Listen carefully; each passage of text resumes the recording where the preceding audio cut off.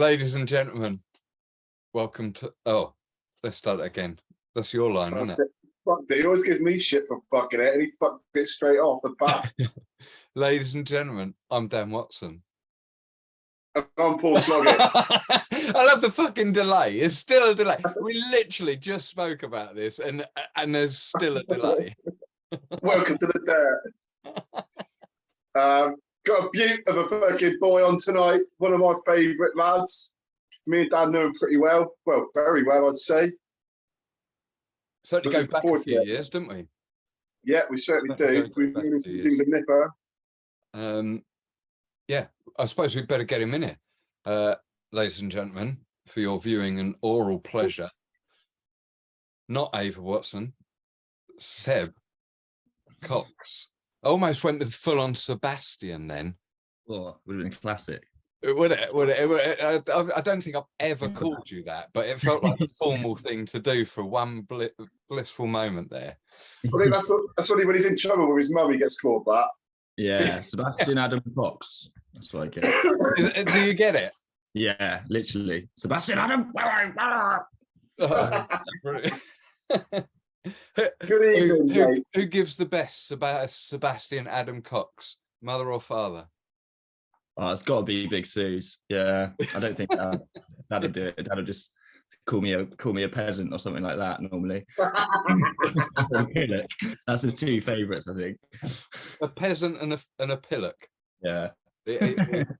He's obviously made it to the letter P in the alphabet. Exactly, yeah. He's got a few years on me though. Yeah. Well, he's an accountant, so he's more into his numbers than letters, but he's trying his best with the alphabet. He's getting there. Well, there's probably not the time and place necessary to be discussing your parents, but for the viewers and listeners out there, we do actually know Seb's mother and father from way back when, along with all your family. Dominic, middle name Russell, same Dominic name as my dad. Russell Cox, and Gabriella Suzanne Cox. So nearly. Like... So hold up, you got Adam. Yeah. Dom got your dad. Yeah. Your sister got your mum as a middle name. Much. Yeah. What did you get? You got Adam, the first man. Adam. Yeah, I was nearly going to be called Adam. It was I didn't have a name for about a month, and they couldn't decide, and they just kept switching it. Dom was going to be called Paris, which I think is hilarious. I wish that had happened. No, Dom is from now on being called Paris, as far as I'm concerned. Yeah, so Dom was going to be called Paris. For that, Jen. But please say that. And Gabby, I think Gabby, they weren't really expecting Gabby. I think she was a bit of a surprise, or as Dom and me like to call her, an accident. But yeah, so I think they ran out of ideas. Haven't got to her and had to give her mum's name in the middle. But yeah.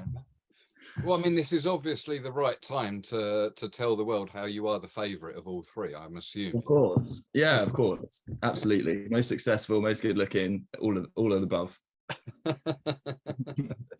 They'll all be slaughtering you for that at some point if ever they watch it. If sure they will. If ever if they are one of our two viewers. Yeah. I mean, we know Sloggs is the other one. It's just it's just which sibling. Yeah, exactly. So come on, without going down too many spoilers and just launching into tales of old, I suppose it's only right and only fair to give you the opportunity that all the others guess, and to tell it from your angle as such. Yeah. I think I got involved down at Priory maybe 2002, 2003, and my memory is shot to shit. So yeah, there's lots that I'm hoping a few blanks that you're gonna fill in. So I've got to tell your rat story this time. Oh yeah, we never told it. Rat stories as well. Actually, I can tell you. But yeah, I seem to remember you from pretty much day dot down there anyway, so I'm assuming that you might have even beaten me down to Priory. I don't know when did you when and how. I'm assuming Priory was your first experience of mountain boarding, XBP, Ride the Hills, Priory, whatever you want to call it. And yeah, so when was that your first experience of the place? Absolutely, yeah. So I think I was trying to remember exactly what year it was, but me and Dom, sort of with everyone our sort of age when we were younger, got massively into skateboarding in sort of the late 90s, early 2000s. And I think I could never do it, and I never had one, but I was obsessed, you know, sports channel and X Games and everything. I think me and Dom got our first skateboards. I must have been 7 and he was 9, so that must have been around sort of 2000. Yeah. And then I think it was out of chance. Like my mum had a group of friends that she, like girlfriends from our mums from schools, and we were friends with the kids, and there was 5 or 6 of us that were kind of a close group over a couple of years, and they all lived around sort of Reigate, Surrey area, and they heard about this mountain boarding centre, and took us down one day. This must have been, I think I wrote it down, I think it was in, I want to say probably 2001 when we first went. And by this point, I don't think it was being run by Ride the Hill. I think it was still being run by the farm. I think it was just like an extra venture that they had. And I remember like the setup. That was Nick, wasn't it? Yeah, Nick and Jeremy was the son, wasn't he? Jeremy was the eldest of his 2 kids, and there was another. Johnny was the younger guy. Johnny, that's it. Yeah. Both of them ripped on a board. Yeah, I mean, Jeremy was insane back in the day. Like he was doing stuff before anyone could. He was doing like spins and I'm sure flip and stuff. He didn't have a lot of sense, did he? Yeah, but he got into bikes, I think, didn't he? After that. Yeah, I remember him building bike jumps down there as well. Yeah. I actually saw his brother. Not that, probably 5-6 years ago. I bumped into him in a club somewhere. He had no idea who I was. Oh, really? Yeah, not a clue. Like he obviously remembered living like the Priory and stuff. I was like, I used to ride with you all the time. He's like, nah. Yeah, quite interesting. He's just thinking, who's this weirdo? Yeah, I think he's a bit big. I think he's a drummer now or something really cool. So I was probably cramping his style. Right. But yeah, so that was basically it. We went down for a day, had a lesson. At this point, it was literally like there was a shed. I remember exactly where it was. It was where we used to have all those, we had those logs and stuff that you could jump on the boards between. Yeah, basically right there. There was a shed. And the half tires. Yeah, that's it. But it was just a shed, and you'd go up and you pay your fee for the day, sign your life away back then even, and that was it. And I remember our first lesson because I when me and Dom had got skateboards, I just assumed I went the same way as Dom. Like regular. So when we first started to learning to ollie and stuff, I couldn't ollie the same, but I could do a nollie. Dom sort of clocked this and was like, you're going backwards. It's like, I was like, no, I'm not, I'm just doing it the other way. And he was like, no, just try going the other way and then you'll be able to ollie. And I was like, oh, cool. And I could. So then from then on, I was goofy on a skateboard. So when I went to the mountain board center, I jumped on a board and was like, yeah, I'd be all right. I've skateboarded. Tried to learn goofy and was probably, I think there was a rule where if you couldn't do the blue run all the way down by the end of the lesson, they wouldn't let you up on the lift. I think I was the only one out of my friends that I went with that didn't get on the lift because I was going backwards like the whole first lesson. And I think I went back and Dom was like, just try the other way. And I tried the other way around and it was so much easier. And from then on, I've been regular on a mountain board, snowboard, anything you're attached to, and goofy on a skateboard, surfboards, anything you're not attached to, which is really strange. You're not alone. You're not alone out there. Yeah, I found this out at the champs actually. So James Wanklin is exactly the same as me, and there was one other person that I met as well. But yeah, it's quite more common than I thought. So yeah. And it's weird because I've started skating again now, and I'd never drop in regular. Like I can't even get my head around it. But like dropping in. If I was on a mountain board on a half pipe, I would never drop in switch, like jump in switch. Like it's really strange. It's just completely different feeling. You can't. I mean, is your switch riding in any of the strapped in? Like, do you think that you get on better with switch now with a few years experience through having that slight weirdness? I think so, yeah, and through snowboarding as well. Like I'm a lot better at riding switch on a snowboard than the mountain boards. I think because you've got I used to just like go out and I'd do a whole day or half a day in switch down runs because I've never done a season or anything. So every time I went, I just wanted to progress as much as I could. So yeah, I got quite a lot better and comfortable. I can happily ride down a whole mountain switch on a snowboard, do a few little jumps here and there. Mountain boarding, a little bit more comfortable over the years. But yeah, again, at Ride the Hill, we used to do sort of like runs where we'd go up and everyone would go down switch and stuff, and you pick things up. The orchard run in switch. Yeah, that was always interesting. It down there. But yeah, sorry, I digress. But yeah, so that was kind of it. That was the start. And me and Dom got hooked. And from then on, it must have been the start of the summer holidays that we went. Ended up going every weekend. And then at the time, I can't remember when the crossover happened. And Dougie might have been even running it at this point. I can't exactly remember. Yeah. But obviously started getting to know Doug a bit better when he was running it. And obviously my mum and dad would start coming down, and they kind of made friends with him a bit and became kind of regular faces there. And he started like a Saturday morning kids club, which I then started going to, and it was all the old school pad monkeys there. So it was like me and Lester Shrimpton, that is, Rob and Alex Phillips were there. Bobby Phillips. Shout out Raymond. Ray Denny, yeah, I've got him written down. Like Will Copsey, George, I can't remember George's name. Little Ginger George. Yeah, Ginger George. He was really good on a board. He was sick skater, real good skater. He was. He had a real steezy style about his riding. Yeah. I mean, I always wanted him to push himself a bit more than he ever did, because it felt like he never quite reached his potential with mountain. Yeah. And I think that was a confidence thing in him, but I never managed to find a way to get it out of him. Yeah, but he was around right until the end of Ride the Hill, pretty much, when Aidan took it over as well. So he was there all the way through. Such a nice guy, such a lovely bloke. Yeah. Or both of them are. But I remember him. I remember being amazed because he was like, we used to always talk about skateboarding because he was like decent when I was terrible, and I always used to ask him for tips and stuff.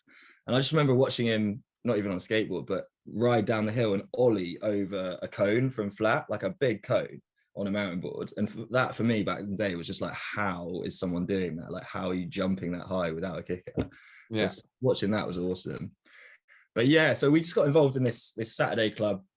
And there was a bit of a knack to this Saturday club, which I remembered earlier, because obviously we had their higher boards we were getting at the time, and Ride the Hill had a decent fleet of boards at the time, but there's basically two that were like in high demand for the Saturday club, and like it was always me or Aidan, whoever got there first would get the best one, and then or someone else would like get another one, and if not, you'd be left with like a wooden earth board with no heel straps kind of thing. So yeah, it was like a No Snow Junior, or there was a green Comp 16 that had some very small snowball bindings on it. So I would get there as quick as I could, and if we were running late or Dom was holding me up, I get so pissed off because I wouldn't get this board and then have to ride the board I didn't want to ride all day. But yeah, basically just like kept going to that. Dom kept coming as well. A couple of my cousins actually started, which I'll move on to because one of them's just picked his board up again actually this week. But yeah, a couple of my cousins have just started as well, so they came a few times, and it was just amazing. Like I ended up obviously making friends with all the boys, just becoming like a regular. I remember doing like little competitions every now and then on the weekends, just between like our small groups and stuff. Yeah. And I mean, Dougie was great for that place. Yeah, amazing. He was a real. I mean, he had a skate shop before. The thing called Kerwidgie. They sold all the Mambo gear, didn't they? That was like. I mean, I've got the longboard he sold me, one of his own personal ones, but it's still got the Kerwidgie sticker on it. Yeah, nice. Before that, because like I used to go to the shop, and then I knew him at the shop but didn't know him as a pal, and then I heard the shop closed, and then turned up at Ride the Hill or XBP as it was then, and he's there in that place. But he was, I'd tell you, like he had the good motivation, he had like a decent idea of how to get a little community going there, and he laid a good foundation for the likes of Asper and Muggins to come in. Absolutely, props have to go out to Dougie. Yeah, for sure. Yeah, and I sort of sick. I remember like you'd get the parents involved and everything. I think the one time my dad's actually been on the mountain boards, he ended up smacking his head super hard. But it was like one of these parents events where it was like, oh, the kids have a little competition in the day and then all the parents have a go in the evenings. And Doug would get on board and Jane was there, his wife and stuff. But yeah, I just remember my dad coming down the blue run on one of those old red furnace creeks that would just like wobble that shit, and just kept, like I just watched the speed wobble happen. I was like, he's gonna eat shit in a second, and he did. Get a real whip going on for a couple of. And I think he probably tried to take his foot out or something. You know, classic. Oh no, the classic try and run it off. Yeah, and that was it. He's never stepped on a board again. That must have been 20 years ago. But yeah, it was just had great time, and then so yeah, I'll carry on sort of with my story, but basically from there, at the time, like Leicester, I remember looking up to Leicester. You know, Leicester was like the top dog of all the young kids at the time, and he had like a No Snow Junior or one of these ones, like that old board. Yeah, the purple one. So that was like the board that I always used to try and hire at the centre, and then eventually, like this was in like No Snow era when they were like the best things to ride. And to be fair, like for what they are, they still are the best things to ride for some things. But yeah, I remember we went to Nass, convinced my parents to take us to Nass, literally camping like in the middle of Your mother and father went as well? 10 years old. Oh Lord. I was like, oh, there's mountain boarding at Nass, we should go. And they were like, yeah, that would be fun. I think they paid to camp in like the family area, but it was just like they'd never been to like a festival like that before and not seen like what goes on. I think it was a bit of a shock to the system. So then subsequently, after camping in the family area, whenever we went back to Nass, we always just stayed behind the fence in the mountain boarding section, and Liz and Simon would give us a section because I think they were just like too scared to be out in the open. How many tents got set on fire around? Oh, so many. Like literally, that was literally it. I think there was a tent on fire, like 3 tents from us or something, and that was like shit. And I think my dad lost his credit card or something as well, and it was just like lost it. Yeah, yeah, he did. Yeah, that because credit cards get lost. Yeah, no one's shit gets stolen. Not at all. Loads of stuff gets lost. Yeah, no peasants there. Yeah, but so yeah, we went to Nass, and that was the year that ATB Mag Big Ramp was there. So that was the first year that I kind of saw some big tricks happening and like seeing what could be done on a mountain board. So you know, would that have been an Oconee year? And yeah, I all the Americans. I found it in an ATB mag earlier as well. It was definitely 2003. There's like Jeremy Leaf, Cody, Coney Karma, obviously all the ATB mag younger guys as well, up and coming, like Tom and Ollie would ride in. Cody had I remember it really well, he had a broken wrist, had a full cast on, and he was trying like 1080s on this ramp, and I was just like, it was just crazy to me. Like obviously none of them wear heel straps either, so I've only ever seen people do like spins with heel straps on, so I was kind of just like, how does that even work? Yeah. But yeah, it was him, and then who else is there?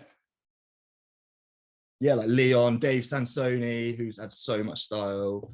He was so sick. Yeah, like all of the Americans were over. So yeah, just kind of watching that and just like seeing like kind of what could be done on the boards after just riding down a hill at Priory was pretty sick. And then yeah, after that I was just like, Mum and Dad, we need to buy a board. You need to buy me a board now, basically. And fuck Christmas, fuck birthdays, I need a board. Yeah, now. And literally I think from the ATB, from watching that demo, we walked to Ride the Hill, had a little trade stand like in the main building. Yeah, and just bought 2 boards for us. Cha-ching, cha-ching. What did you get? No snows. So yeah, me and Dom both I got the little one, and Dom, this is Dom's the old free. So hold up. You went to Nass and you watched all the is that actually yours and your bros from way back? Yeah, the original ones. Yeah. Jeez. You went all the way to Nass. Yeah. To a freestyle event. Yeah. Where there was not a single no snow. Yeah. And then you walked away from it with 2 no snows. Yeah. Mum, I want to do that. So let's go and buy a free ride board. Yeah, you've got the heaviest board possible. But no, yeah, at the time it was kind of what I wanted to ride. And to be fair, like I remember like those boards, like I've never felt since riding one, even since being on whenever I snapped that when I was like 12 or 11. I don't think I've ever felt as comfortable going straight down a hill than I have on that. Because we used to just crank our things around. I probably couldn't even turn my no snow like prop in the traditional form, but we used to just like bomb it down the red run. You'd never get speed wobble. We used to do, you know, when the freestyle jump at XPP had the big roll in, because they chopped with the two wooden with the two toes. Yeah. So me and Rob's little brother Alex used to do the up and over. So we'd ride all the way from the roll in at the top of the red run over that, like jumping it, and then jump the freestyle and literally like cleared like the whole landing when we were like 8-9 years old. And it was just like, they're just so solid, those boards. They're so stable for anything. So yeah, I actually love that board. I probably would have kept, if I hadn't snapped it, I probably would have got another one. I was at the time, it was when they brought the really skinny one out that like Chris McCarthy was riding and stuff. And he was like my hero back in then, because he was like no snow rider, proper sick. I did actually do a bit of freestyle. Yeah, he's like the one guy doing flips and stuff, right? So that was sick. So I saw that deck and I was like, oh, I want that deck. But then I snapped mine, and the 16 Pro had just come out. Well, I was still about 10 years old at this time, so it was quite a big board for me, but it was kind of like the next step up, or like the best thing around. So but that'd be the lightning one, wouldn't it? Yeah. So I think, didn't you go comp 6 though? That hadn't come out yet. Well, yeah, it hadn't come out, but you had a comp 16 before a comp 6. Yeah, this one. Jesus wept. You must have been sterned in like bloody John Wayne after a week on the saddle. I was trying to find some pictures, because there's some really good pictures. There was a Lardass day down at Ride the Hill at one point, where probably one of the first times I met everyone, the Lardass. And we were someone was taking pictures of people doing jumps on the freestyle, and there's a picture of me trying to do like doing like a mute, and the board is literally like as long as me. It's crazy. It's actually mad. But I had no snow soft bindings on there as well, because they'd just come out before I snapped my no snow, so that was really cool. So it was like it was kind of a mixture between the two, and it took a bit of getting used to. But then luckily the comp 6 I think came out probably the next year. And I downgrade. Well, got one of those, got a deck in and just swapped. Downgrade. Got a deck in, and I think that might be. I was going to say you'd have got to have been knocking on 10 or so by that point yourself. Where around are we in the sort of age / years here now? So this would be about, so NAS was 2003, so that's when I got my boards. My first board was 2003. But obviously had been riding for kind of a season, like a year and a bit without a board. You hadn't competed at that point, though. No. So that was, I will have been 2003. I will have been 9 years old, and then what I forgot there.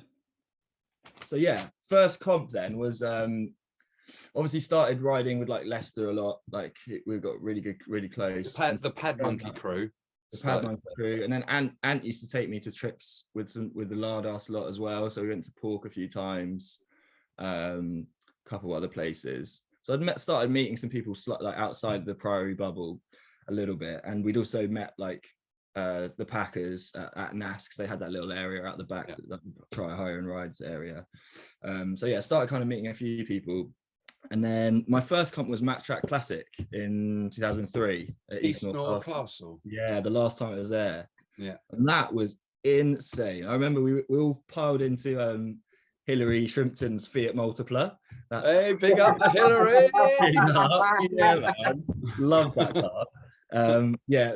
Big shout out to the Shrimptons, by the way. They used to truck me. Like Hillary used to take me to comps and take me everywhere and look after me and like babysit and stuff, like when my mom was busy. So big shout out to Hillary Shrimpton, absolute legend. Much love, Hillary. If ever you Shrimpton, if ever you're listening, big words, my man. Let's see you back on the board. Hell yeah, get Leicester back on the board. That'd be wicked. That'd be awesome. But that was the first comp. So piled in the Fiat Multipla, getting fed Was that the one with the Team Bad boat? Yes, yeah, it was. Yeah, It was. the race. Yeah, because it was the fancy dress border cross, wasn't it? Yeah, well, you were in drag, weren't you, Slogger? Yeah, I was, yeah. That was like one of the most mental things I've ever seen. That whole event, that race, like, yeah, crazy, but just so really good. Fun. And I hate to say it, but I think we missed a little trick here at the champs recently. We should have had a mass descent in fancy dress. Yeah. Although the party in fancy dress was just the absolute bollocks this year, as we said, it was a fucking brilliant idea. Well, both your missuses will have a birthday next year as well, don't they? So likely to conveniently be on the same weekend. I bet I'm gonna have to miss a year at some point. Aren't I? Maybe do three and then have a gap like Glastonbury. Yeah. My wife's birthday is relegated to Glastonbury frequency levels. Yeah. Right. Going back to the East Newcastle, that border cross track, they had that savage bomber, didn't they? Yeah, that ate me. I remember. I think I went out. I ate shit on that one as well because it was just, no matter how you dropped in on it, it would just spit you out at a fucking weird angle, wouldn't it? Proper loose, wasn't it? I remember it being really loose at the bottom. But yeah, loads of people ate shit in there. Yeah, but that was. I think I see in the ATB Mag annual the other day, there's a list of all the competitions on like the last page or the last couple of pages there, and I'm pretty sure I podiumed there. Sick. I'm not 100% in it, but I'm about 95%. Definitely. I think that might have been the event that I met you at, Dan, because you were with Dave Compton. It was definitely the first time I met Dave. I might have met you because, like, I think I Lester knew you quite well at that point. Probably you as well, Sloggs, to be honest. Unless we did meets before. Yeah, it was definitely the first time I saw the Lardass gear and everyone in their old jerseys, which was sick. And just kind of seeing, like, you know, that there was other people around the country in all these teams doing mountain boarding, was just like so cool. And that was just like, for me, that was like, I want to keep coming to these competitions and do as many as I can. So yeah, that was my first one. And then the next competition was the slopestyle challenge at XBP, which was amazing. And I was watching the dusty challenge. Yeah, the dust ball. I was watching that. Is it Dirty Tricks 2 or the one? I knowing that you was going to be on, I thought I had Dirty Tricks 1 and 2, but I've only got 1, and I've only got it on VHS. Oh, no. And it doesn't. And you've only got the blinder. It's in 2. It's in 2 because this one covers the blinder and Morzine Mountain Board Fest. Nice, but yeah, there's a combination of them both on YouTube you can put together. I think thankfully Andy Packer is the person to have put that up, so thank you. Yeah, I saw that. Big shout out to Andy. But yeah, there's basically one clip of me in that whole video doing at the competition. I scoured through it to see if I could see any footage, but I wasn't very good back then, and I'd kind of just like drop in, do a method, and then hope I could hold it all the way down. I want to hear this because I've got one clip as well. I want to see who's trumps who's. I've got one clip. Definitely going to trump mine. But yeah, mine was in. I don't know why it was actually put there, but do you know where that step up was like cut into the side of the hill? It was almost like a bowl shape. But then below that, there was just like a drop just in the middle of the base of the half pipe, if you like. Yeah. It just dropped, and obviously it was so sandy, and I came flying down the track, like not even able to scrub speed or even turn my nose snow. Just going straight line, like straight down the fucking middle of the pipe. Yeah, that's it. Just hit the sand, just went bang on my face, and that's the only clip. Is like a 2-second clip at the end of that video of me hitting my face on the floor. Oh no! Yeah, right, well, okay, so that's your one. But mine lasted a little bit longer, but it's kind of like that real sort of, you start to feel sorry for the person. Mine goes, I haven't got enough speed for the rainbow rail, and I get halfway up, and exactly like a dog pulling its ass along a carpet with worms. I have to pull myself along the rainbow rail to get that. How embarrassing. I've actually cut that out as a little video, so I'll send that through and you can. Oh. Perfect. Ding!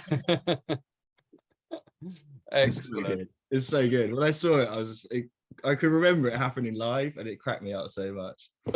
The other funny thing that happened at that event is Dom wasn't riding, but he. Do you remember we used to get those big extreme sports stickers? Yeah. They were like see-through, and someone stuck one on his back at the start of the event, and he kind of forgot it was on there and wasn't wearing a shirt. And at the end of the weekend, he just had extreme like sunburn into his back. Oh, no. Well, funny. Yeah, that was wicked. I remember they did a little. They played some film, didn't they? They had in the field next door. They had a big like showing of one of the old MBS films or something on a big projector. See, I was in Oz for that one. I definitely missed that event. Yeah, you were away. How long were you away for? A year? Yeah, 1 year, 12 months. Yeah. Because I remember, I actually remember you going on that trip. I remember meeting you before, and then I remember you coming back. Yeah, because it was when Sloggs came back that you started working with Ride the Hill. There you go. So before that, you'd have known him through probably like just Lardos in general, or East North. I should imagine maybe the odd. Did you go to Greenwich and ride there? Maybe I did. I don't think I ever came up to London to ride. I think it was just the pork meats and the ones inside. Yeah, and any time I went down Priory as well, that would have been. Yeah. But yeah, so that was that year, and then I think I did a couple other ATBA comps in 2003. I've found a picture of me trying to do a 1-footer on my no snow in the freestyle at Super Bowl. When it must have been the year it opened as a mountainboard centre. And that was quite funny. Like my board's just like hanging on basically manualing, and my foot's in the air, and I just fell over afterwards. So that was great about them soft binding, so you can start doing 1-footer stuff because you could open keeping them relevant at 10 years old. There you go. I think I'd literally tried one off like the last roller. Do you know those the last rollers at the big set of rollers at XBP? Yeah. What the training ones? Yeah. Oh no, the ones on the other side. There's at the bottom of the old border cross. At the bottom of the border cross. But yeah, because we used to like gun it into the last one and just jump off it. And I think I tried like a 1-footer and kind of half landed back on the board, and I was like, oh, I'll definitely be able to do it in a comp. Just like I gotta say, I'd like to see, I mean, with our one centre that's left. Yeah. But a long run of rollers like that. Yeah. With maybe just a couple, like the odd one here and there, maybe have a foot up and a foot down. Like it creates a different, like a rhythm section. Yeah. Within a track. But those were wicked back in the day, because you could. The finish line was always at the end of those rollers, wasn't it? Yeah. So if you had a good pump. Yeah. And you come down the whole course and you could still overtake in that last section, as opposed to it just all being about, if there was no feature there at all, it's just all about the speed, wasn't it? Yeah, exactly. And yeah, you could build up so much speed on those rollers. It's sick. It's like we used to try and gap the last two, that's quite a big gap as well. Yeah. And had like no lip. So you don't really have to, I don't think I ever did it. But yeah, that was great. That old border cross was gnarly though. I remember the original one was proper like steep berms. It was only like one man. You could only you couldn't get two people round it side to side. No, like you just had to take an inside like off camber line if you wanted to ride it to a stretch. And the second corner, do you remember that one? That was probably the steepest of the lot, but it just you just picked up so much speed in that corner. I remember you taking me up there actually, like we'll come on to this, but when I got asked to be on the team and like going for like a training day with you, and that was like the first time I learned that you can pump berms, that you taught me that. So big up. You can pump anything. I'm not so good at it these days. I don't get enough practice. Back then I was all right at it. So I think that year was it's kind of really started enjoying myself, progressing a little bit. Then I snapped my no snow and got the MBS, and that was like, for me, that was like game changer, because it was lighter, more maneuverable. I could actually turn it by turning instead of hopping. And just like, it was a bit big, but it just like opened up a whole world of like freestyle. Started trying to do like 180s and got a lot more technical with grabs. I remember being really into like tweaking grabs and making them look really good. And I spent ages trying to perfect every grab that I could to try and make it look as good as possible, because I couldn't spin at this point. And like in the competitions, basically under 14s back then, if you could do a 360, you win. So I couldn't spin. So I just tried. You had a decent palm or a method for your age back then. Yeah. That was like my pièce de résistance. I'll shout out, to be fair. I used to watch certain people do them and always tried to emulate them. I've never been able to do them as good, but I shout out Rennie's palmette is like the best I've ever seen in the world. I used to watch it and just like, he just like stop in the air and then have so much time and then still get the whole tweak and then get it all the way back, and it just looks so sick. Still does. Like I saw him do one of the champs over one of the big jumps and it's just so perfect. So shout out. He got that nice arc over the top with his trailing hand as well. Yeah. Who else I found this the other day actually? Dave Compton got really good at them as well. You know, I am telling you this now, Seb, you are officially, And look who's on the back. Hey. Nice. I've seen that bit of memorabilia for a few years. Some genius in there. I think I'm in there somewhere. There I am. Blue helmet. Blue helmet. There's Rennie and Kirkman. Yeah, that's Andy Packer. Andy Packer, yeah. Me and Dom, red and blue helmets. Is that right? Yeah. Dom lurched there. Yeah, lurch. He's still lurch. Sorry, Paris. Dom. Do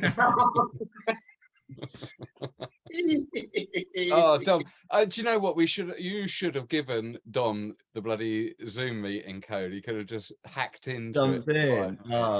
And I'm disappointed. I'm sorry. Paris has not given us a fucking question for him. I've literally asked him. Like, I've told him three times about it. I sent him your number. I sent him everything. He was like, "I've got loads of questions to ask." I was like, "Here's the details." He's just lazy. He forgets. Douchebag. I should phone him now on Instagram. What time is it over there? I'll be middle of the night, 8 hours Perfect. ahead. Yeah, wake him up. Actually, I need to go in there. Right, let's have a look.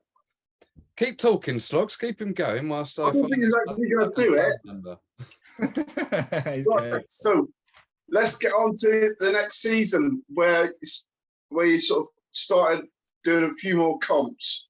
Yeah, so 2003, I think I did two or three comps, ATVA ones. Wasn't really placing anywhere in the under 14s, just did it for fun. But I started meeting some people like Tom Rees. I remember meeting him at Out to Grass that year when I was still on a no snow, and he was on a tramper that he'd obviously made to look like a no snow almost. So it was like a really skinny deck, had skate trucks and snowboard bindings. It was like that thin, the deck. It was hilarious. But yeah, I met like Joel Treliving that year. And this is when we were still like younger. There was like a core group above us. They were like the top under 14s, like probably Joe Dixon's, like Jed Horniolds. I think this year that was like their last year in the under 14s. Yeah. And then 2004 came round. And yeah, I think I did pretty much every ATVA comp in 2004, but again was just kind of like getting better and better and progressing. I mean, 2004, which was your year? Was it 4 or 5? 5 was the first good year. Yeah, I had two really good years in the 14s, 5 and 6. Because I thought it was earlier. I thought my good year was 2004, but it's this 2005 is when I got number 1. Oh, look at that! Yeah, shiny. Bling bling, baby, bling bling. And yeah, I found loads of medals. I think my earliest medals are from this season, which was 2005. Nice. I've got to say, Seb, you are officially the most organised guest on here, bar none. I don't think anyone has had notes so far. Maybe 1 or 2. Maybe Don might have. Don was pretty organised, I got to say. Yeah. We had this whole that like part of the museum laid out for us to look at. Yeah, well, I've tried to do a similar thing. I'm gonna say, yeah, I'm very jealous of that. Is that the Flight Light 100 back there? Yeah, Flight Light. Nice. I need to get some wheels on there. I know you've got, and see these. What these? You need some crosshairs on there, don't you, Seb? No, mate. I was so excited to give those to you. Honestly, like it made me smile so much seeing your face light up when I gave them to you. I love it. I was so stoked, mate. I'm so happy with it. I know you've been looking for ages as well. And I was happy. It's so sad to give you the tires and everything, so you got the full set. It's wicked. I'm going to show and you. Two spares as well. And some spares, mate. Yeah, exactly. Right. So Sloggs was just showing you a hub here. Then, have you ever seen one of these? I haven't. There you Is go. that an original? Is that earlier than the crosshairs? Yeah, that's earlier than crosshairs. That's sick. Nice, isn't they? They are heavy though. They are heavy. Look, Another score I got. Actual original 06 Primo Alphas. No. Yeah, I'm not even kidding. They're not no modern day variants. That's actual legit 06. Let's have a look. Indestructible right there.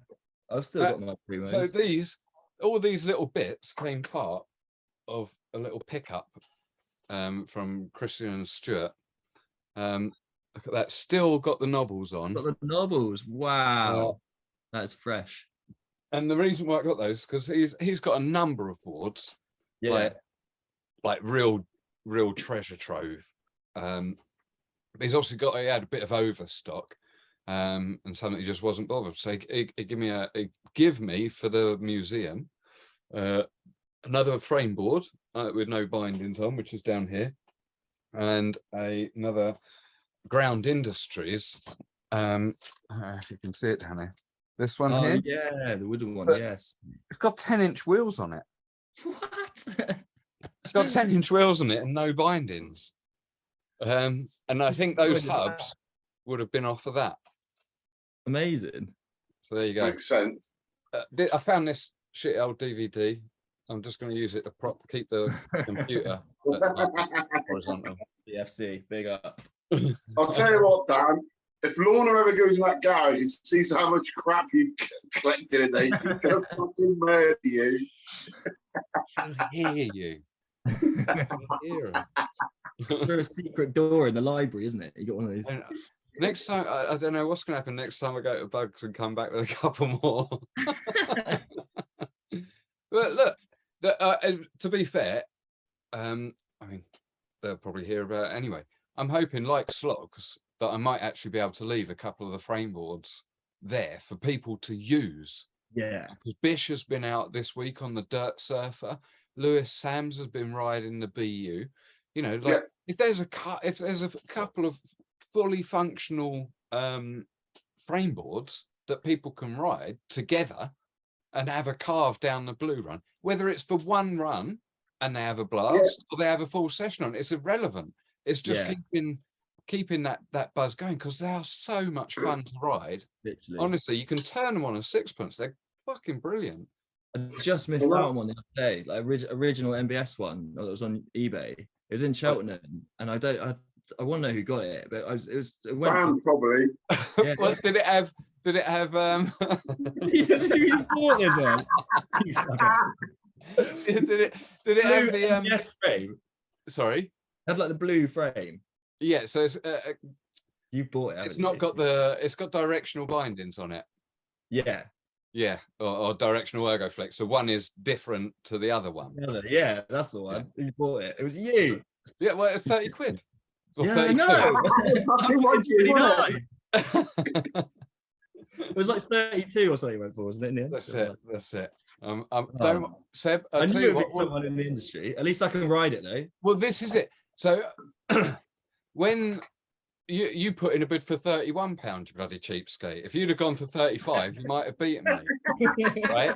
And the only reason I said because it wasn't Paul Carter, bless his heart, was bidding on my behalf, and I said, look, it might just be the guy trying to push the price up.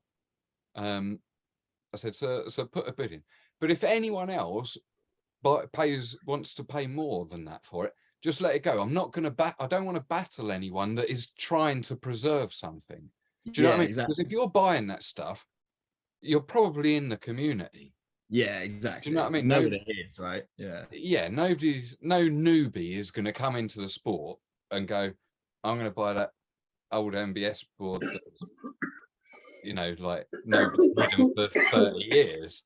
Yeah, exactly. So yeah, that's made me happy. That's made me really happy that you've got it. At least I can have a go on it next year. Exactly. It's yours anytime, Seb. And I'm serious about that. And any of the community that wants to ride any of the boards that will now are into this sort of museum territory, my boards as such, but they're not my boards. I want them to be used by anyone.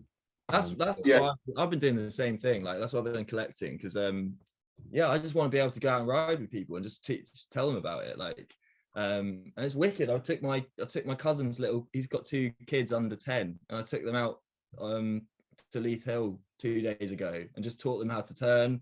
And then we were going up doing bike tracks in the woods with them. And it's crazy. It's like getting kids on their first lesson doing free ride. It was wicked. I saw that post and I was very happy. Yeah, it's awesome. And my plan was to, I've been sort of accumulating them over the last couple of years. Got quite a decent fleet now. I just need to put, I've got loads of spare bits in the other room, but I could probably put at least 7-8 boards together now, whole boards. Yeah. Including mine. So yeah, the plan was when I was living in London, I'm still living in London for a bit, but when I was going to be staying there for another year, which I'll come on to, I was planning, there's a Finsbury Park has this massive grassy hill out the back of it. And I'd been up there just to ride it on my own a couple of times and spoken to Miles about coming and trying to make a kicker for it or something. But the amount of people that just like asked me what I was doing when I was doing it and what their board is and showed interest was outstanding. There was just so many people. And there's all like in the weekends, there's people walking around with their kids. So my idea was just to go out there on the weekends and take like 5-6 boards with me and just obviously offer people little lessons or to have a go. And I know it's probably like a big insurance issue or whatever, but just to try and get the name out there a bit. And like in London as well, where there's not access to a lot of outdoors things like that necessarily. So yeah, that was kind of the plan, but I'm actually having to move home at the end of this month. So I'm leaving my flat. Unfortunately, me and my ex-girlfriend, Jessie, split up earlier in the year. So I've been sort of living on my own in London for the last 6 months.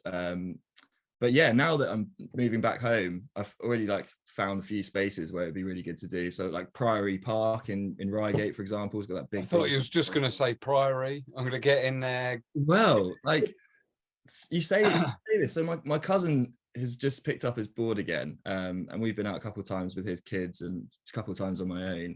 And one of my other cousins apparently knows. I don't know if it's still the Shinners running the pub. They're running the farm, sorry. But apparently they know whoever's running the area and have had like conversations about the mountain board centre. And there's rumours that they're keen to get someone to open it again, or open it up themselves again. This is bikers in there. Get some bike crew in there. There's a joint bike and board centre. Exactly, because everything's still there, as you said. Like I think the only thing they flattened is like maybe some of the little board across through the orchard and taken that container away and flattened the freestyle jump. I think all the board across and the slopestyle on the other side of the trees is all still there. The drag lift might even still be there. So shut up. It might be, I think, or at least the track for it is. Yeah. The dividing track. They'd be silly. It'd be so much work to put that back right again. Yeah. No, exactly. Just keeping it as a dividing of 2 fields. Yeah. Because it's a big gully, isn't it? I always forget that. But yeah, so we'll see what happens. But that's very interesting. Yeah, but now I'm moving back. I'm just I'm gonna push as much as I can for it. I'll try and get some information or see who this contact is, because I might well know them better than they do. But yeah, we'll see. But I spoke to Joe Gauntlet. I sold him my leaf boards earlier in the year, and he came back. His parents from Reigate area, so he came back to pick it up, and he told me that I didn't actually see him. He saw my mum, but I spoke to him on the phone, and he told me that he'd been up there on his boards just to ride it basically and been chased off by someone. Yeah, he told me that. He told me that at the champs. He told me that. Yeah. So yeah, we'll see. But like I think it just needs to, like, people need to know what it is again. Like, it just needs to get a name out there again. And then when people are like, oh yeah, I've got land that you could do that on, it'll just kick off again. Like, there's something in the air at the moment. Like, I don't know what it is, but there's something in the air, isn't there? That it feels like something big's going to happen soon. It does feel that way. Yeah. Well, only if people put the effort in. Only if people continue to put, and that I think is maybe the thing that is slightly different at the moment. Yeah, is that people are putting effort into it. Yeah, that haven't done for a number of years. There you and go. Maybe Yeah. that is because of the fact that, you know, it's like this bloody save the rhino. Yeah, it kind of feels a bit like that. You know, obviously Bugs is the last centre in the UK. You know, we've got as a community, if we want to keep it, let alone anything else, let alone Priory coming back or any of the, you know, new bits. I mean, Leon Dove, bless him, is doing good things up north. Yeah. Jeff Bond as well. Jeff Bond as well. Doesn't he? Daft set something up in Wales. He's got a load of fleet aboard. He was, he's got a little fleet there that he was hoping to do bits at his at some campsites and things over that way, I believe. So I mean, and you've got BRD Centre as well in Wales that operates in a few different little locations. So that, I mean, but those that he's been going for years, bless him. But all of those things that, you know, that is it. Yeah, that's it. And without the community's help and in keeping these things and keeping that motivation, they'll just go as well. Yeah, exactly. Maybe that's what we're feeling, because everybody's become so attached now. Yeah. I think, you know, Hart Hill closing last year and the 21 champs there was quite an eye opener, because it was like an end of an era, isn't it? Yeah, exactly. And then the sudden realization that, oh fuck, Court Farm's gone, Out to Grass has gone, you know, now all that's left is Bugs. Get behind Bugs. Definitely. Well, yeah, that's amazing they've kept it open. So like, they've been open years and years and never shut, haven't they? Like, they've always been open, which is awesome. But yeah, I suppose it's the difference with Bugs is it's his own land, isn't it? So it's completely up to him. Whereas most of these other centres have been on other people's land. Yeah. It's just kind of when they decide it's over, unfortunately. Listen, we need to crack back to your 2005, but before we do, let's try and wake. This is a good little chance. Let's wake Dom up. Yeah. Fucking bad. All right. I've got silent mode off, full volume. It's calling. So what we're saying, like 2 a.m., 3 a.m. Yeah, at least. Dan, just blame on the fact you don't know time zones very well. Yeah, well, that's exactly what I'll do. Hardly believable. I don't know if he even has Instagram. Are you trying to call him on Instagram? Oh, yeah, Dominici. I thought it was. Yeah. Let me try. I'll see if I can. Let me see if I can get him. Oh, you got a direct line. Direct. Really so pissed. To be fair, he works in a pub, so he might still be up. This is all the way from Cambodia. Yeah. He's not going to pick up. I tried to call him in the middle of the night the other day, and he obviously like half woke up and tried to like leave me a voicemail, but it was just like grunts, and it was just like, oh, well, even if he doesn't pick up, at least that will have probably disturbed him and roused him from sleep enough to go, fucking Seb. Yeah. Sebastian, Adam Cox, will you stop calling me at this ungodly hour? We can all drop him a text in the morning and be like, fuck you. Go get a good night's sleep. Morning, Paris. Speaking of Paris, Dan, you're a UFC fan, aren't you? I am. Did you watch the week this just gone?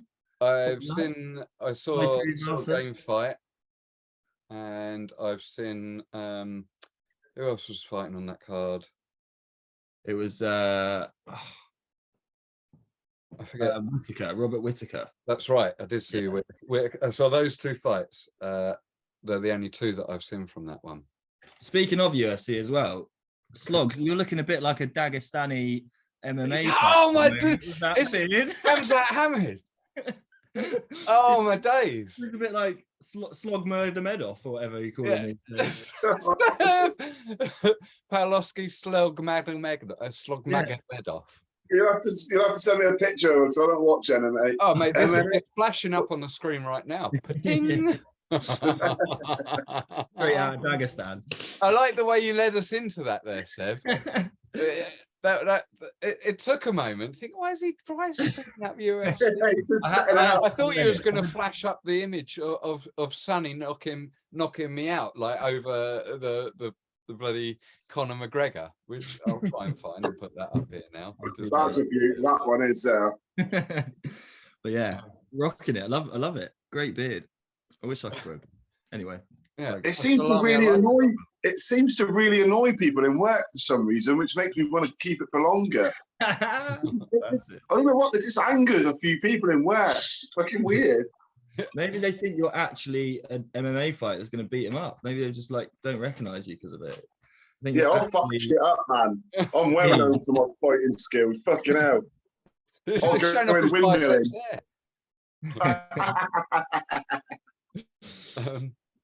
Yeah, so 2005. Tell us about that. 2005. That was a good year for the Ride the Hill team. I recall, and you were kind of integral, I think, to getting a lot of those points. It has to be said. Yeah, I had a very good year in the end. So it was kind of like I wasn't really expecting much. I was kind of like accepted that I was kind of top 10 of the under 14. It's going to be that way until I moved on, kind of thing. And I think I'd progressed quite a lot in the last year. And yeah, I remember you giving progression me sessions. That's what it was. Yeah, progression session, literally, with you and other people. And yeah, I remember you kind of before the season asking me to join the team. And honestly, it was like dream come true. Like I think Leicester was already on the team. I was so chuffed. Like I was like over the moon. I remember just like grinning for like a week about it.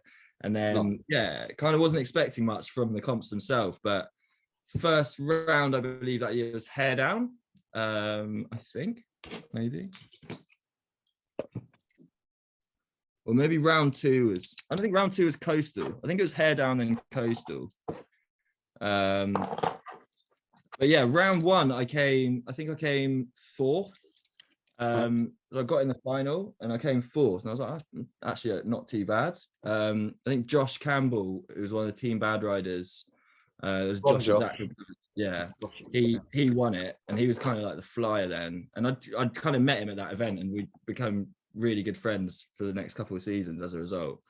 But yeah, he won that one, and then I think the next event was Coastal, and I came second at Coastal. I think that was behind Josh. Tom Rees was flying down that track. That was when I kind of re-met him again. I think that was the first one he'd done that year. And he was like flying down. There's like a video I sent you of us racing, actually, me, Tom, Joel, and someone else. And we all take each other out, and then the positions completely changed in the race, which is hilarious. But yeah, I think I got second at that event. And that was like when I got on the podium, I was like, okay, I can actually do quite well. And I'm like extremely competitive, like especially when I was younger, I was super competitive. So from then on, basically, like it wasn't acceptable for me to get anything less than the podium. And I probably became a bit of a diva for a season or two as a result. But yeah, so I was that the blonde hair stage? So yeah, this is the first year of blonde hair. That's a funny story as well. So when I actually got that hair done, I had a bet with a kid from school that I wouldn't do it, so I did it first day of summer holidays, and the bet was to actually dye it fluorescent pink. I don't know if you guys ever saw it like that. Right. You must have been working at the centre there, actually. It was when Steve because when Steve was working for Ride the Hill, Steve Birkbeck, because all the Ride the Hill like head office lot were down for the day, and I rocked up at the centre with this mop of bright pink hair, and Steve just like looked at me and was like, that is not real, is it? And he was like, oh my god, it is. And I was just like, yeah. Proper hardcore. Oh, let's get That's a good time to get that up. But that's what it turned into. That is a great pick, that one.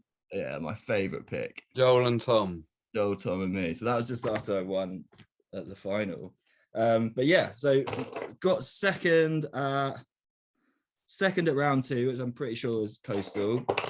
And then I got first at round 4. I think that was Out to Grass. Right. On that first there.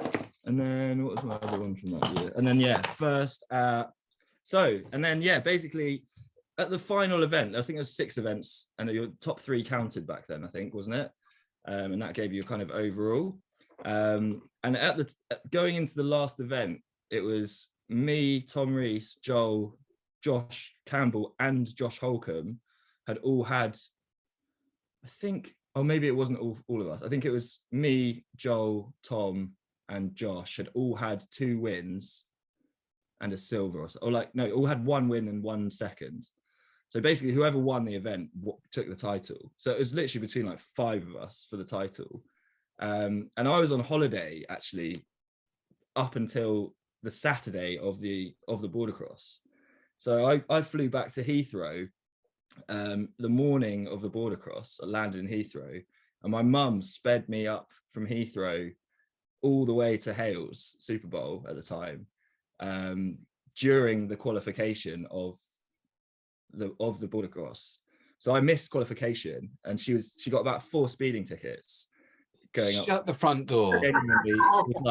was like, I'm gonna get you there, you're not missing this is your one chance. And bless her, yeah, didn't give a fuck. Like, got 4 speeding tickets on the way up, got me there just as qualification was finished. It was just going into like lunchtime, and basically had a chat with like the committee.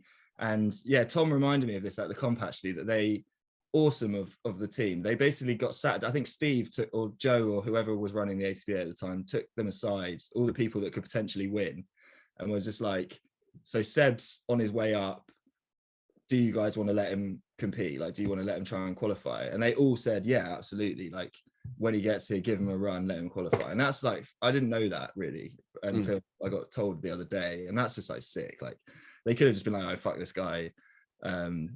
You know, one of us is going to win it. He's not here. Fuck him. But they like let me do it. And I got 2 qualifying runs. The very first one, I stacked it and thought I'd broken my arm. And then was saying to my mum that I wasn't going to do it again. And then she's like, you fucking are. I've just got 4 speeding tickets. Exactly. You're going to get your ass back up that hill. She's like, Sebastian. She's like, it's fine. Yeah, so they got me back up there, and then I did like a little practice run. I just did that run, and then I basically qualified last for the like 32 out of, or last in the under 14s, but got me into the qualification rounds, or the knockout rounds. And then yeah, during the practice, kind of I kept stacking on the second double, but I practiced a few times and like dialed the second double, and then from then on I was like, I'm winning now, like that's it. Like, it was in my head. Obviously there wasn't a massive category back then. I think there's often like up to like 16, 18 riders, so you're kind of straight into like quarterfinals. But I just like I was so focused, and just I remember it so well, like being in the gates, probably like pulled out harder than I ever had before, and just like got the whole shot on every race and held it and just stuck it. And yeah, it's like honestly like one of the best days to this day of my life was like winning that final race. In my hazy memory, I do remember that, the excitement there, because I remember you not being there. Now you've reminded me about your trip from the airport. I remember that being a thing, and being with like Simon and Liz and chatting about it and stuff. But I tell you what, I think I was with the Ride to Hill crew at the time, and when you was in that final, oh man, they was just going mental. And your mum was probably stood with us as well. Yeah, just going absolutely fucking crackers over it. Yeah, because like the underdog as such, not the underdog because you've been reasonably successful that season, but it was just like diversity, wasn't it? To get through that diversity, yeah. I was so happy, man. Like I remember. Who was in the final with you, Seb? What was that? Who was in the final with you? Can you remember? I can tell you this because my mum used to print off this is from 2005. She kept it printed off. So round 5, the final. Where are we? Get on, Sue. Literally legend. So yeah, round 5, the final was I came first, Joel Treliving second, Joe Knight third, who was an awesome rider as well, and Trick Huxley was fourth. And the reason that Tom Rees hadn't got into the final, Tom Rees and Josh Campbell hadn't got into the final was because they were in the semis together, and I don't remember, they took each other out near the bottom of the line, first and second, meaning that they both got knocked out, but they held hands crossing the line so that they finished together. It was proper cute. But yeah, so that was the final. So yeah, I mean, I've got loads of results with you on here, Dan, as well. I can tell you some of your results from 2000. And yeah, right? Yeah. Got at last. No, you forever the quarterfinal, semi-final, man. I should imagine. Yeah, down 7th. You were at round 5. That event. That's pretty deep. Some of the names on here just classic. Just like looking through and finding some of the names. It's like Andre on there. Sick. Nice. The Andre. I'll send you some of these through so you can have a look. I'll send you some do it. Yeah, scan them through to us, man. Yeah, for sure. But yeah, I just literally found, my mum's kept this little box of like memories for us all. She's got one for each of us. And I was just going through it and I was like, you printed these off? Like, you know, you can just look at them on the internet. Like, such a but I'm so glad she does, because you can't get those now. Like, I was trying to find all the old results. Yeah. Anywhere, yeah. So absolute legend. But yeah, so yeah, that was kind of my heyday, my where I peaked, I suppose. And I've got to say, I think you got quite a cushy ride back then at XPP. Oh yeah, because of your age, yeah, being that much younger than a lot of the pad monkeys, and because you did quite well at the championships, got on the team. I don't ever seem to recall you doing much strimming or like pad monkeying, like as in padding them up. I think you tended to just get along and do a bit of riding. Yeah, I think there was basically one year. I think it must have been after I won, where Liz and Simon told my mum that none of us would ever have to like pay to ride again, even if we weren't working there. Yeah. So that was it for me. I was like, I don't need to fucking work anymore. I was working. But funnily enough, like when Andy took it over, I had to start working again. But yeah, I probably didn't do much strimming. I was probably about 9 years old. I don't think I would have been allowed to do any. Actually, I was 12 when I won that, so probably just about. You'd have definitely been the age group for dealing with the pads, maybe breezing and collecting all the fucking hire boards in from the bottom of the nursery slope where the kids would just fucking leave them. Yeah, that was actually always my fucking job. That was the worst job ever. And then putting them all into a train and dragging them. And then one of them falls off, and you're like, oh fuck, all the way back. Or you're going down the steps and they all buckle. Oh yeah, nightmare. But yeah, we should talk about some Priory days while we're on it. Go on. Any stories you want to bring up? Sloggs needs to tell his rat story. Go on then, Sloggs. Oh yeah, we never got around to saying that, did we? So on our episode, it was missed, and I can't remember why. So the porta cabin toilets, the men's toilets got blocked up with shit, obviously, right? So me and Dan, you were there. Can you remember? Yeah. So me and Dan had the task of clearing this fucking pipe out, and the overflow bit was down underneath it. But it was like loads of weeds and like long grass in there, so you couldn't actually see in there. So I had my hands in there trying to do it just by feel, unscrew this pipe, and something bit me, or I thought I got stung by something. I pulled my fucking finger, my hand out, and a fucking rat attached to my fucking finger, straight through the nail, and the fucker wouldn't come off. And I was swinging the rat against the fucking porta cabin until it fucking fell off. And then I I had to go to the hospital to get a fucking an injection. Like rabies or something, yeah. I think the rat had to go to the hospital to get an injection. Oh, Yeah, it was horrendous, man. Mate, that's like my worst nightmare. I've got a real thing about rats, and I never used to because I've grown up with them. Like parents have got barns and stables, whatever. So they used to get in the chicken feed when we were younger. Me and Dom used to go down with a spade and just chop them in half. But yeah, I didn't used to be scared of them until I went to Thailand, and literally because they're all like Buddhists in Thailand. So in like Bangkok, you'll get these rats that are like black. That's like demon rats, like black with like red eyes, and they're probably about like this tall when they stand up. Yeah. They go up to the edges of the pavements and they beg for food because they know they're going to get fed, because everyone thinks they're like reincarnated humans.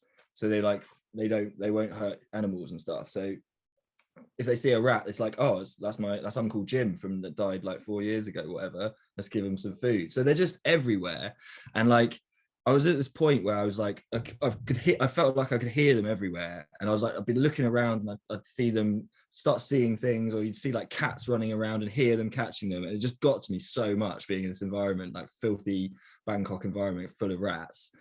And then I went to see my brother in Cambodia, like before he'd even owned his place, and we were staying at a random like beach hut. And I woke up in the middle of the night to some noise, and I was with another ex-girlfriend at the time, and was kind of like, oh, did you hear that? And she was like, no, I go back to bed. So I woke up again, heard it again, woke up again, kept saying it, and then she was like, no, I'll just leave it. And then I heard like a really loud noise, and I felt something like drop on my head. And we had these like big mosquito nets covering us, so it kind of like fell down the outside of the mosquito net off a beam, and something hit me in the head. And I just woke up again, turned around, and this fucking huge rat was in my face like that, like scurrying around in the mosquito net. And I literally legged it out of this bungalow, ran to the beach, like, and just, this was like 4 o'clock in the morning. I was like, nope, I am not going back in that room. And like, What, had left your girlfriend in there? Yeah, absolutely. Yeah, fuck that. Every man for himself. Yeah, literally. This thing, they're huge out there. They're like this. It's like a dog. And I was like, no, I'm not going back in there. So I just ended up staying on the beach and for the rest of the night.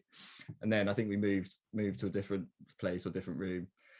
But yeah, I've had that experience. And then I think when I came back from that trip, I was like cleaning out some old mountain boards in my parents' garage, or some old skateboards, and again just kind of like turned around, and there's a board here and I turned around, a rat again was just like looking in my face with his little beady eyes, and again I just legged it down my garden, and that was it. Refused to come inside for like, and since that trip I've been so scared of them, and that's like my only phobia now is like rats. It's crazy.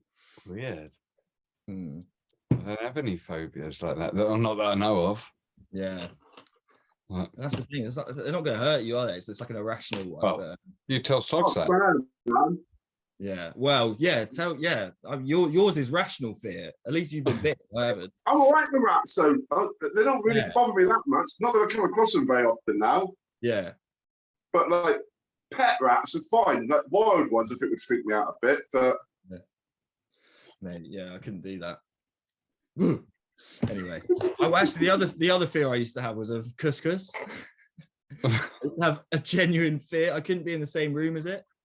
Like, it made me so how? It's so nice they named it twice. It's not. It's too small, man. Like no food stuff should be that small. And everyone's like, oh, sugar, but the sugar's not like a thing that you like pile into your mouth. You know, it's like eating sand or something. It's too small to be a food. It's something. What about giant? Really, what about giant? Giant is fine, absolutely fine. Yeah, giant couscous, orzo, that sort of shit is fine. But yeah, that tiny little sandy, horrible crap. Fuck that stuff, man.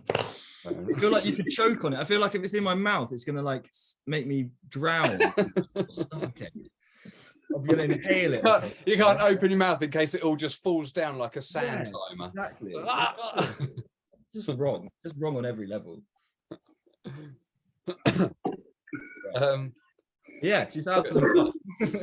It's a 2005 won the championships. 2006. 2006. So I'd forgotten this, but I actually won the championships in 2006 as well. But for the other discipline. So 2005 was kind of, again, I think the end of 2005 was the first time I learned 360s properly. I remember 2006, I think the competition at the edge, I can't remember how early on that was, but I loved those jumps. And like everyone always says the top one was just like a pump jump, but that was my favorite jump I've ever hit on a mountain board. It was like a snowboard kicker, so the lip was above. It was the first time I'd hit like a jump with like the lip like above the table, and it was like a perfect snowboard kicker. I'd been like trying to hit snowboard kickers for a while, and it was just so floaty, and you could hit it. You could go as high, as big or as small as you wanted on it because the landing was so big. And I remember like trying a 360 and spinning a bit too quick and landing it, but thinking I've got so much more time in the air than I'm used to. And from then on, it was just like, actually, it's not that scary being in the air for this long. It's actually more fun. It makes tricks easier. So like that was like, for me, it's like, I hadn't even done 360 with grabs, but that was the first time that I was like, I'm in the air, I'm going to grab it, and grabbed a front free melon. And then that was kind of like my trick from then on, which no one else was doing in the under 14s. Like people were doing like backflips and back threes, but no one was doing front threes at the time. And I could just pop them real high, getting really floaty. So yeah, basically ended up not doing as well in the board across that year. I think I got, let me see, we got third place. Still, if you're searching through the medals, it's still going to be podiums, isn't it? Yeah. Didn't do as well. I got second. I allowed myself to get a third and a second here and there. Yeah. So round 2, I got second, and then round 4, I got third. But by this point, I was. Yeah, I've got a 2006 medal up there as well. What was that for? Downhill round 3, open first place. Oh, sick! Nice. What was that, round 3? I don't know what that one was. That was. Yeah, round 3. Mine. Round 3. Nice. I think I've lost a few of mine, to be fair. But I haven't got any of mine now. None of them. Not that there was many. Yeah. So that was my downhill results. I got third, second, and second. So it's still all right. Still 3 podiums. Not too fucking shabby, is it? Not too bad. And then I got. So I've only actually got 2 medals for this because this was the year they introduced the elites class that you could opt in and out of. So you could qualify, but you didn't have to qualify, if you remember. Yeah. And they basically, it was a bit of a loophole, which I kind of cheated the system this year. But if you qualified for the elite, it gave you the same amount of points as if you got first in your category. So I basically got 2 seconds in freestyle. And then on the last comp, which is at Coastal, I think, I qualified for the elite. I was like opt-in for the elite and qualified. So it gave me a first. So that gave me the best results overall out of everyone. So I ended up getting, first in freestyle in under 14 2006. And then, both years gave me the same result. So podium overall, third overall. Nice. So yeah. There was I'm sure, I mean, Liz and Simon probably had it. I'm pretty sure there was a team trophy that we had. Yes, it was. Yeah. It was a big one with, I'm sure they must still have it. Or whether it went back if other years got it. I had a big one that I got engraved for the 14s, and that had to go back. Right. Yeah. So maybe probably the same for the team one. Yeah. But yeah, that year was sick. We won the team 2005. We won the team challenge, didn't we?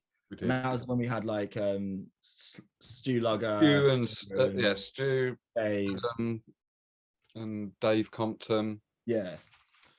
Speaking of, Annie was riding with us. Yeah. And Matt Reynolds as well. And we can't forget your brother, because he always gets left out of that sodding photo, doesn't he? Yeah, because he's antisocial bastard. Yeah, he's got like 6 foot. That whole team's all huddled up, and there's Dom all by himself. this is something I should have brought up, because Dom was actually by this point smashing it as well in the 18s. And I was looking through some of his results, and he was like top 6 at every comp that year, which is like beating Tom Kirkman at a couple of occasions on the border cross. He wasn't doing freestyle, but yeah, pretty. And I remember we went to, it might have been the one that you drove us to at Green Man, Dan. Right. Me, Dom, and Lester in the back of your Escort, playing yellow car game all the way. No recollection whatsoever. Really? We went to Romford Skate Park on the way home, on the way back. Do you remember that? Yeah, no. But no? I mean, I've been to Romford plenty of times, but like DC's reminded me about, oh yeah, you took me here, you took me there. Like, did I? Yeah, bit of a blur. But yeah, like that event was, I think the one at Green Man, or one of the events at Green Man, was like a World Series event rather than an ATBA event, and Dom won it. Like Dom won the whole thing, the border cross. Right. Which that was like his first win, and it was like a World Series event, and he was so chuffed. But he smashed it. Like he got really, really good at. He was probably a lot quicker than me at border cross, because when we raced a few times, I remember there was an event at Out to Grass that was like a mixed age group event, and I ended up racing him and Paul Butler. There's a really good picture of it somewhere. I'll send it to you, of us all doing one of the doubles at the same time, but slightly tiered, but we're all in the air at the same time. It's really cool.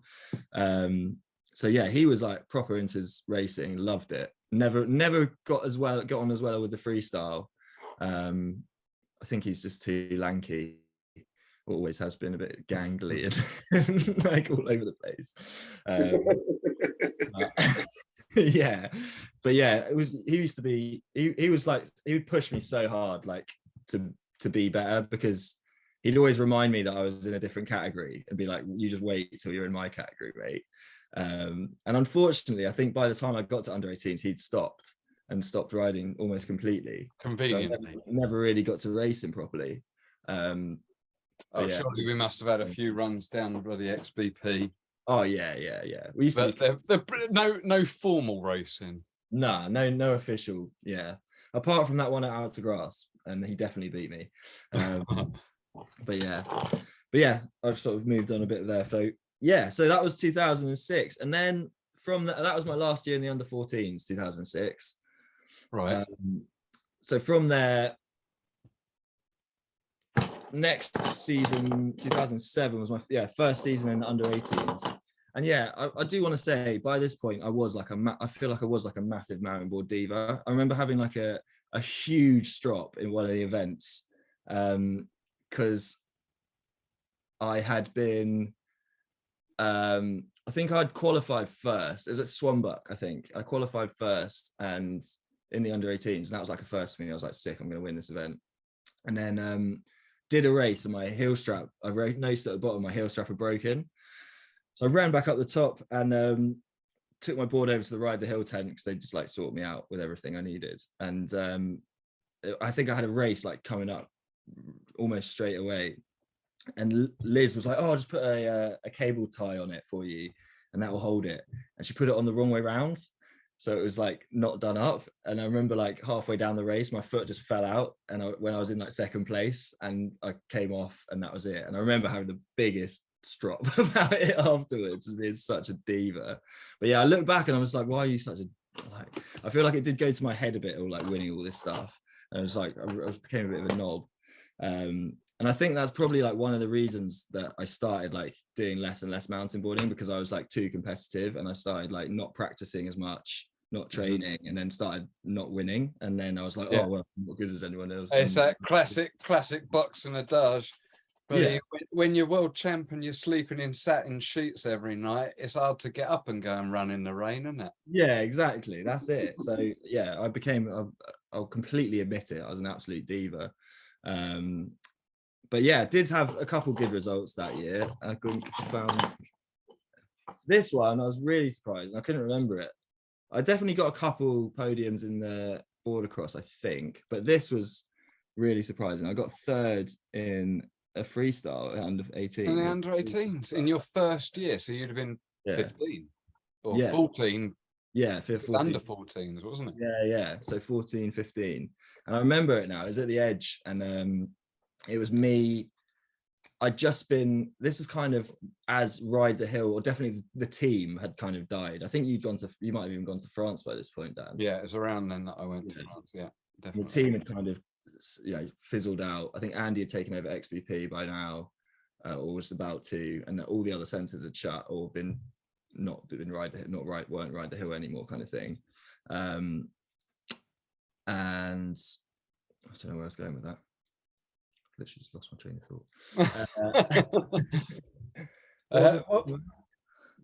We're in 2007. You was coming away from. Oh yeah, no, sorry, that was also. You had a couple of good results, but So this is when like Brindy and stuff were like coming up, he was like on the MBS team by this point, and I used to ride with Brind and Pete Hills quite a lot because I used to come down to XBP, and there was another guy called Will Berman who was around for like a tiny bit, who used to come and ride, but he basically sent loads of clips to himself of himself to AJ at MBS over the season, just like clips of him at Ride the Hill, and he then put this guy Will on like the MBS development team.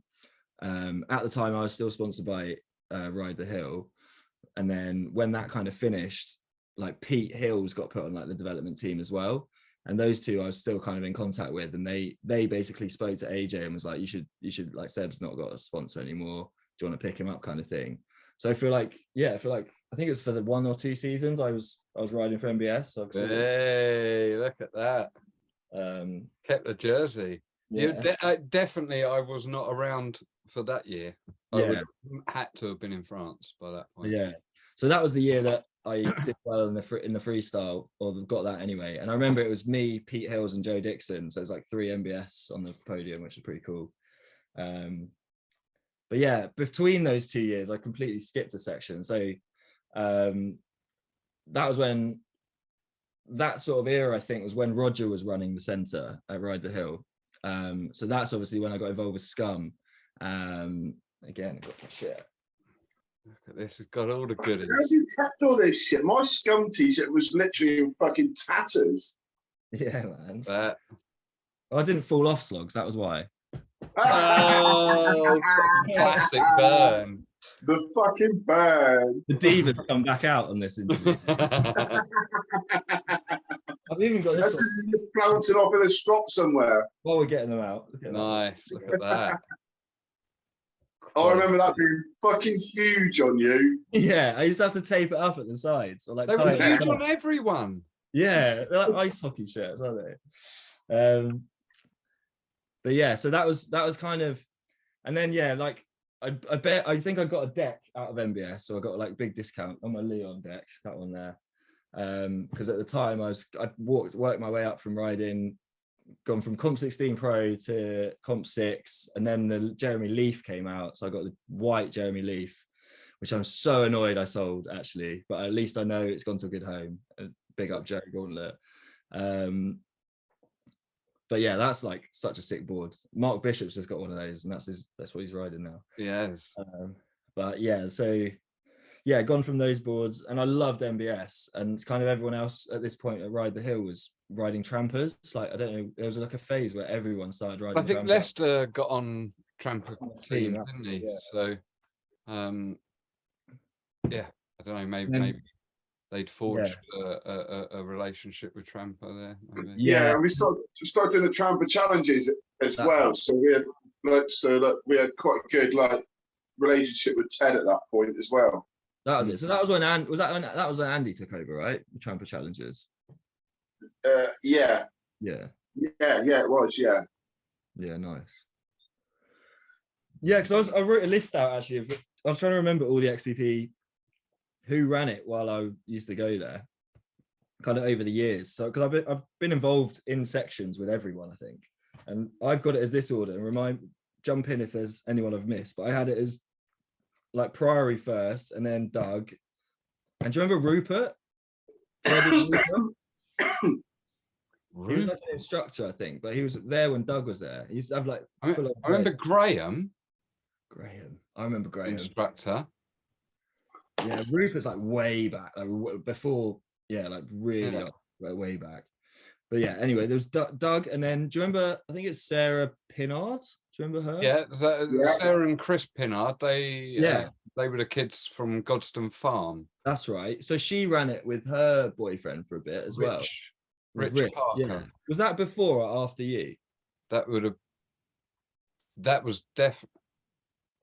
No, that had been around. That must have been around the same sort of time, because I was living down at Godstone in like a barn conversion thing on the farm down there, and spending a lot of time round the Pinnards farm, because I used to help them out on the Monday. Yeah. And when the centre was closed, I used to go and work on the chicken farm, helping cull do their kill on a Monday for all their free range chickens. That was a weird job. And did that as well. That's a weird fucking house you lived in there as well. Wasn't it? There was an Indian or Bangladeshi family downstairs, and I had a little room that you could. Animals in like all weird dark corners of the room, wasn't it?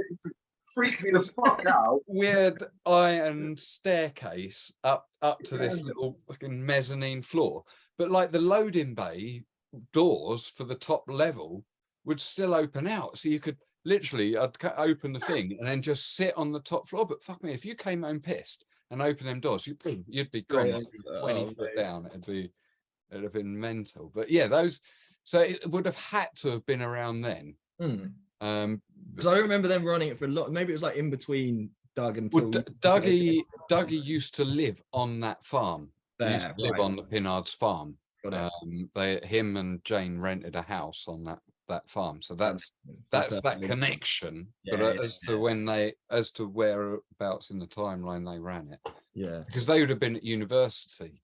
Yeah. It would have only been like a summer job. Yeah. To be fair, like I was thinking about this earlier, and I always think I spent the whole year at Ride the Hill, but I had school and stuff, so I probably was only there actually.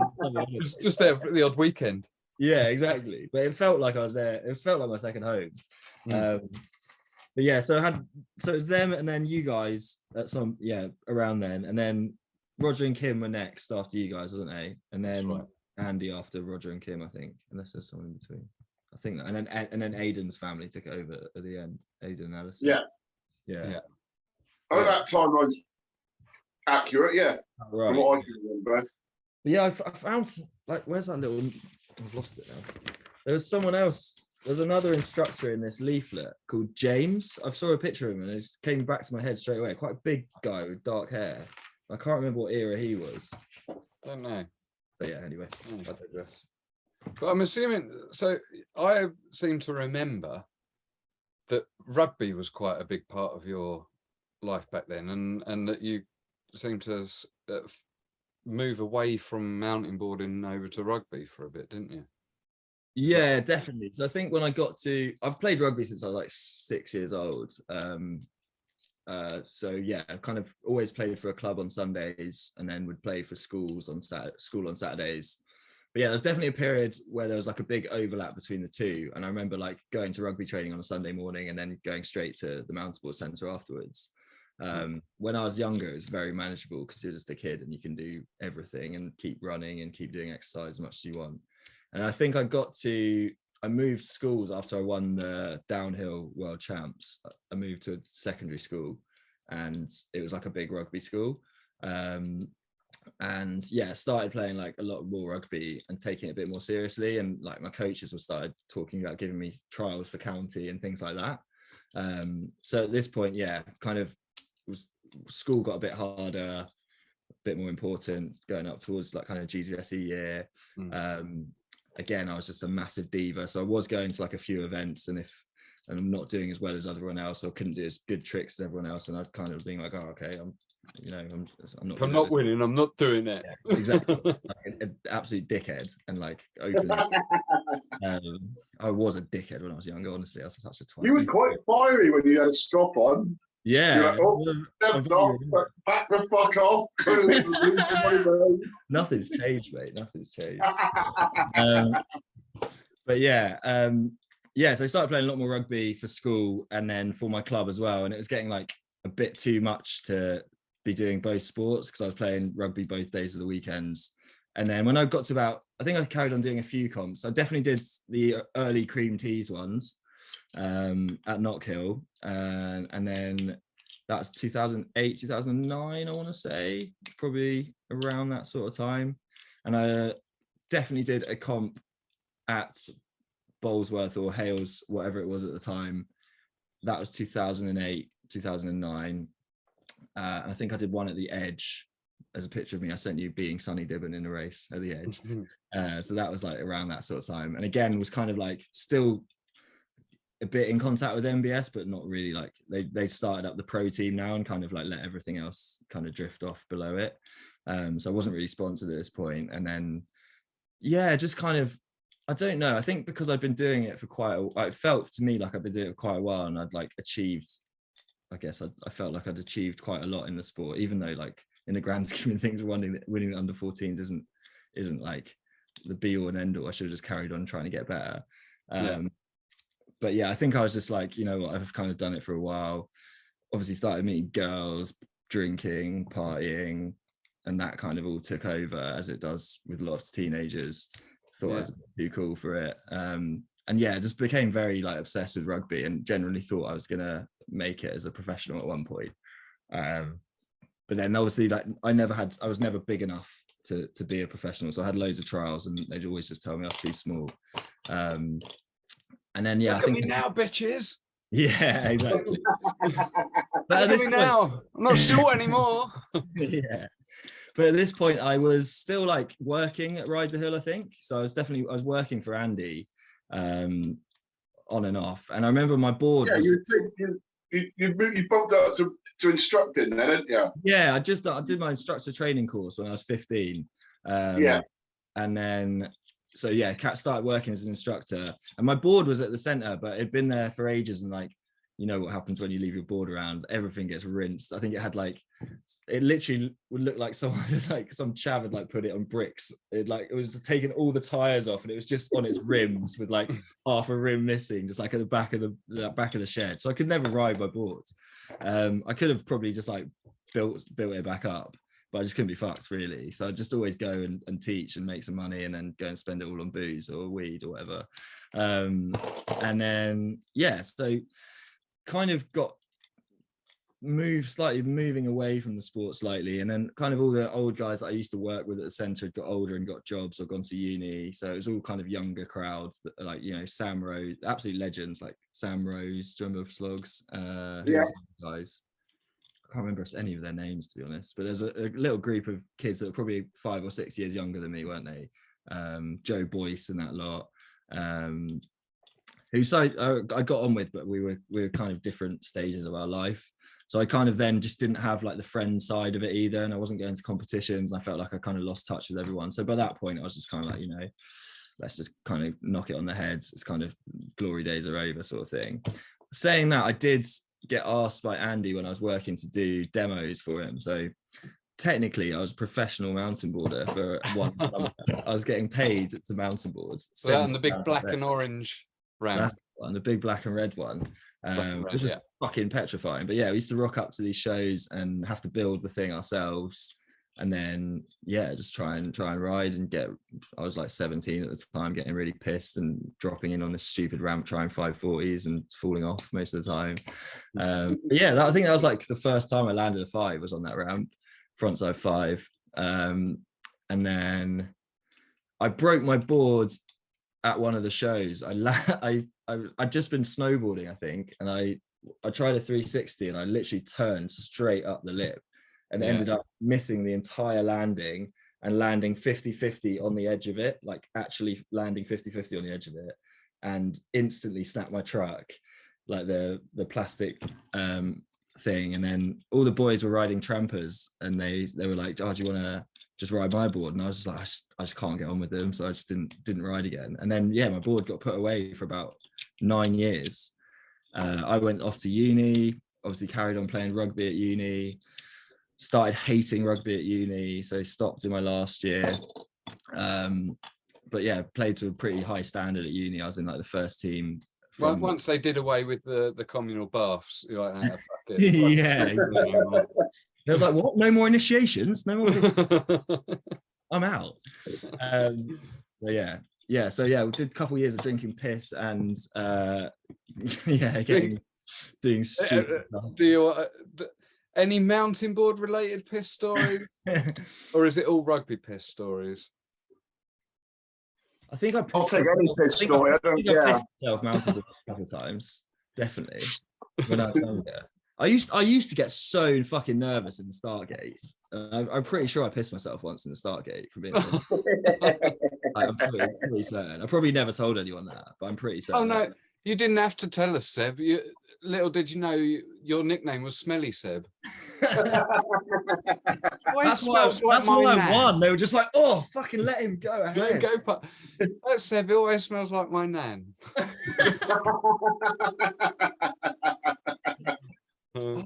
I actually think I pissed myself at Ride the Hill once as well and hid it really well. But I pissed. It was one of those times I was like, "Oh, I'll get one more run in. I really need the toilet." I was like, "I'll get one more run in," and yeah, I just couldn't hold it all the way down.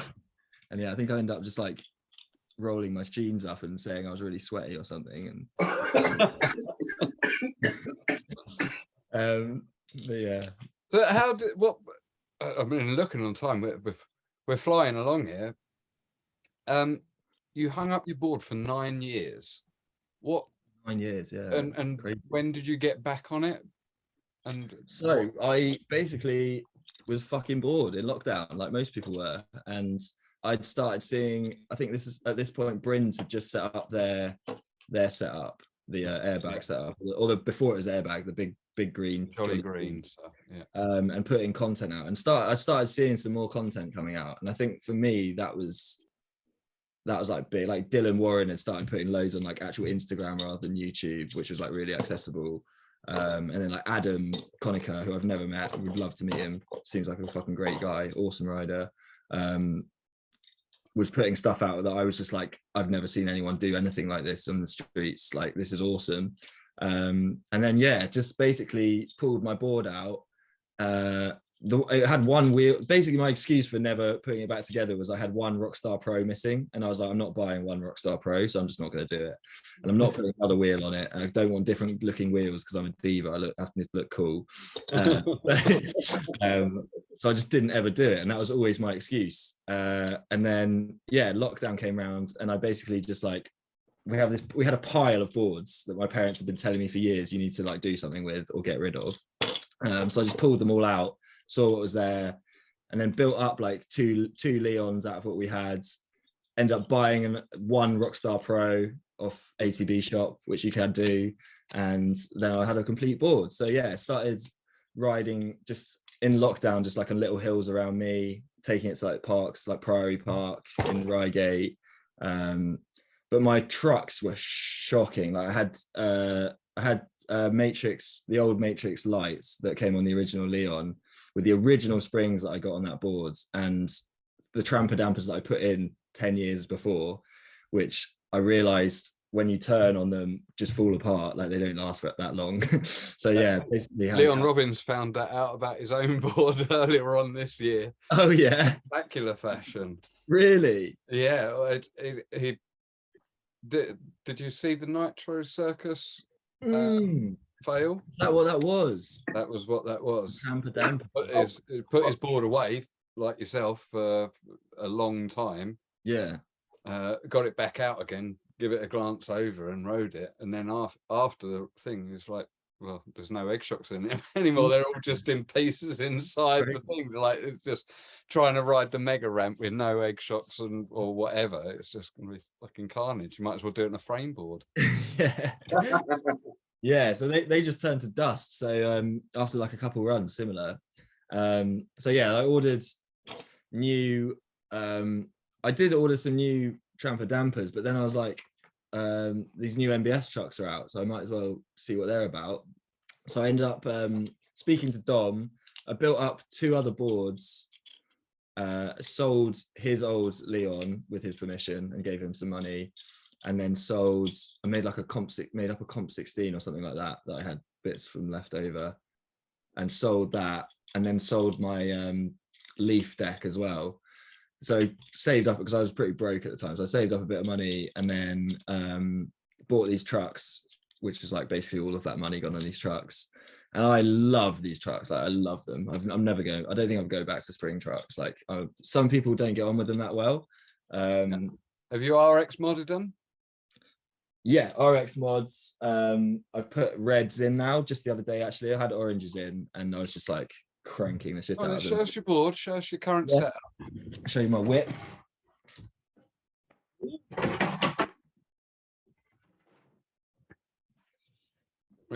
We'll run this current setup, and then we'll jump into a few viewers' questions. Yeah, sorry, I'm going on a bit, aren't I? Don't be silly. It's your time, my brother. So, rocking the Hero David's deck. David. Medium or Stiff flex for me. I never understood this. Right, medium or stiff? Is there a soft flex version? No, it's just medium or stiff. So, but yeah, I'm not sure why they didn't just call it soft. How can you have a medium without a soft? Yeah, just hard and soft then, isn't it? Yeah. Anyhow, yeah. AJ's new one is like medium hard, so it's somewhere in between. So medium. Yeah, so medium. It could be soft, medium, hard, but instead they've gone medium hard. It's almost like medium rare. It's like a steak or something, isn't it? But yeah, Rockstar so I've got, Pros. I can see you're rocking F3s. F3s, yeah. So I love F3s, although they're starting to get a bit sore. Like I've got one point on my foot because I've been riding quite a lot where it's sort of starting to rub. And I've been looking for some F4s for a while. Good luck with that. Yeah, I actually Adam Conacher as that on lockdown. I think he's got any alerts to his phone for any F4s. Yeah. Sold. So yeah, and then I've got so the you got the F4 heel straps on it though, have you not? No, so these are actually a ride snowboard binding toe strap. Oh yeah. Just literally took off my old snowboard. And they've been sweet. I put them on in lockdown. Haven't broken yet. Ratchets are still good. So yeah, they're not like the biggest surface area. They don't like cup you as well as like the F5 ones. So they kind of move around a bit, but I quite like that flexibility. I don't like being too like. No, I hear you there. I like a little bit of flex in my foot diapers. Yeah, I like being able to like lift my heel if it needs to, you know. Like, yeah. So yeah, that's my baby, and then got the red shocks with RX mod on the Matrix 2s. Nice. And yeah, I do love it, but I want them to make one that's longer and one that when you move the settings of the trucks, it doesn't affect the height of the board so much. Because they've obviously got the two settings on the outside. I've got them the outside setting, which drops the middle down, and I'm quite heavy and big. I'm like 85 kilos, so I do bottom it out quite a lot, and especially I found at Bugs because they had quite steep rollers. Every time I was trying to pump the rollers, I was scraping my board and slowing myself down. Yeah. Sorry, I'm out of breath. Which is like the difference between like an MBS where you've got that extra clearance from the is like it's quite substantial for me because you're basically already flat when you stand on the board. So yeah, I do love it, but I spoke to David actually at the comp about it and said if they ever make one, because he's quite a small guy, like quite open about talking about it, because the only way to stiffen the deck basically is to move the trucks in, because it shortens the wheelbase, so therefore makes the deck changes the ride characteristic. Changes the ride characteristic, and I've got fucking massive feet, and I already get wheel bite on the outside setting on my toes. So so you're moving the wheels closer to your feet. And I don't think I'll be able to like turn it without touching. What is it? They're 96, are they still? Yeah, 96. So yeah, quite a bit short. You ought to take out the bloody. Get out on the ground industries. What length is your ground industry? That's a 110. Is that actually? Yeah, probably. What's yours? Have a look. What's the Lee on 100? Yeah, that must be like at least 100. Wait, I was flabbergasted. That's like the conflict there is like a bloody. It is a 110, isn't it? Has he got a wide? 106. 106. Sorry. That is big. 106. It is. It really is. That's what Leicester used to ride on those, didn't he? He did. I remember seeing him boosting some big old backside ones off that when the BX got rejuvenated. The last hit on that, like that step down, was it, or like a big double style thing? Yeah. Watch him do. Leicester was always quite lanky, though, wasn't he? Yeah, quite light, quite slight and long. Yeah. But the stance is the start. Do you notice the stance being a lot wider as well? Well, if you want a wide stance, go collab. Yeah, well, that's kind of what I'm looking at. I've actually just bought a TK deck, as well, off Mark Hale. So I'm going to try that out, I think, for racing at least. Very nice. I need to say thank you to Mark Hale because he actually donated one, albeit in shitty condition. But I just like to have a TK as a British pro rider to have somewhere, and I haven't put it up yet. It's behind those ones down there. Yeah, so my cousin's just started riding again as well, and he basically is obsessed already after doing it for a week. And he's wanting me to get, so I'm getting a complete, I think, as well off Mark for him, a TK complete, which is pretty cool. Very nice. Very nice. Let's go with a question. Let's do it. I've just realised I've had a telling off from my wife because the eldest was watching Spider-Man earlier, and apparently the little one's struggling to sleep because of having Spider-Man on in the background. It's my fault. So you're a dick, Watson, a massive dick. That is normally what she says about me. Yeah. So this one is coming from Matt Brind, and it says, what's it like keeping Ollie Morrison in your basement?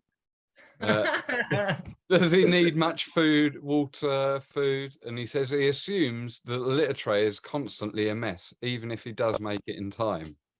Well, it depends if he's trying to cork 7 or not on the litter tray.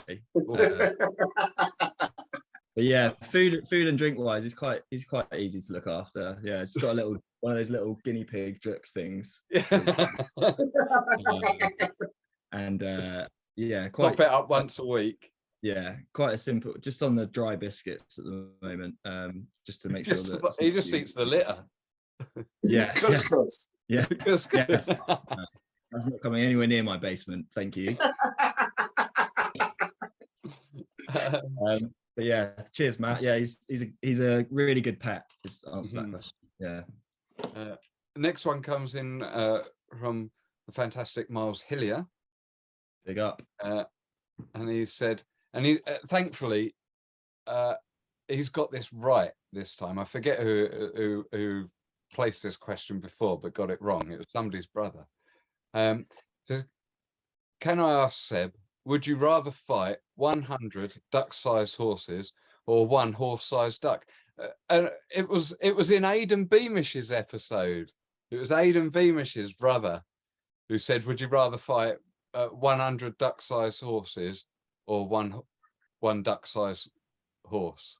Like, no, got that wrong. So yeah, 100 duck-sized horses or 1 horse-sized duck?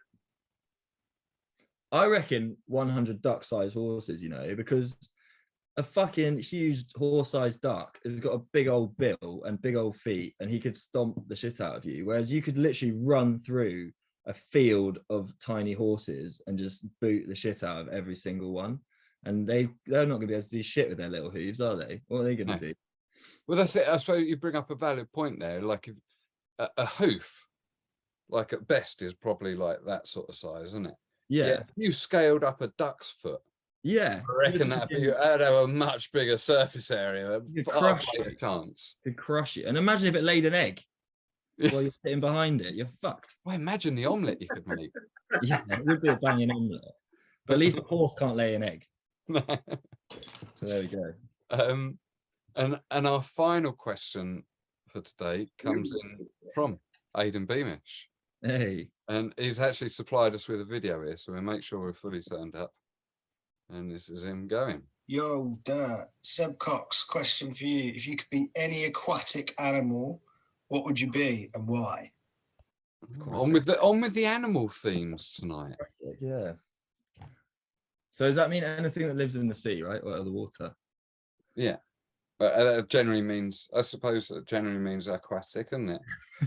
Yeah, wet animals. Oh, a bit left field. I'm going to go duck-billed platypus, which is does live in the water, lays eggs, but is a mammal. And I think it's a bit of an enigma like me.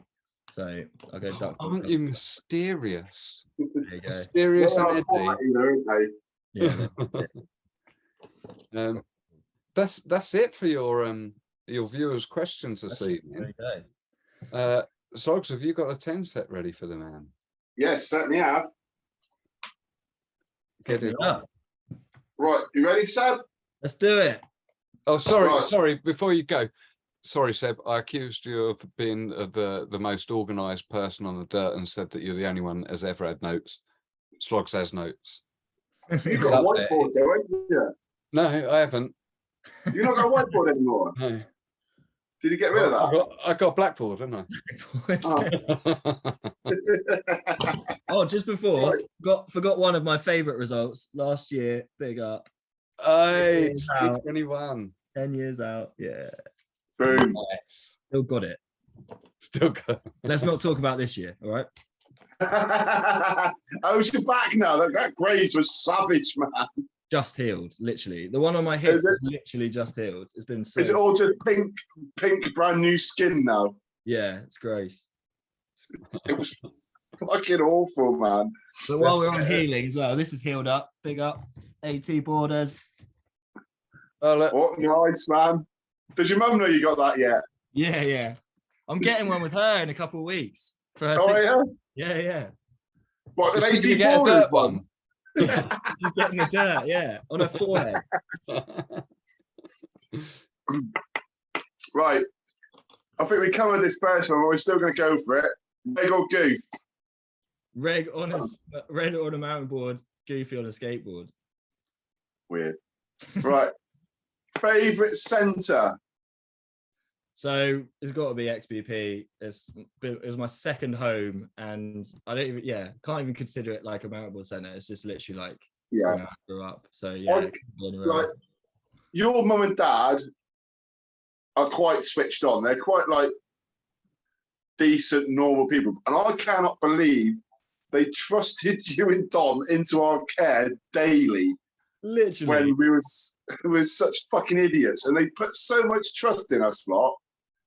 But you turned out all right, I suppose. Can I tell a quick story while we're on that? Actually, very quick one. Yeah. I won't go on, but you know what story this is, Sloggs. But yeah, think of putting trust in us. My parents used to let Sloggs just take me anywhere he wanted to go skating or mountain boarding, and it would just be me and him. Probably when you were in France, Dan, we'd just go out. And there was one day, it was like a winter rainy day, and we were like, we're going to go skating, even though it had rained all night. Went all the way down to Horsham Skate Park, and obviously wooden skate park, everything was completely soaked. So Sloggs had the brilliant idea of popping to the local B&Q or whatever it was and buying a blowtorch.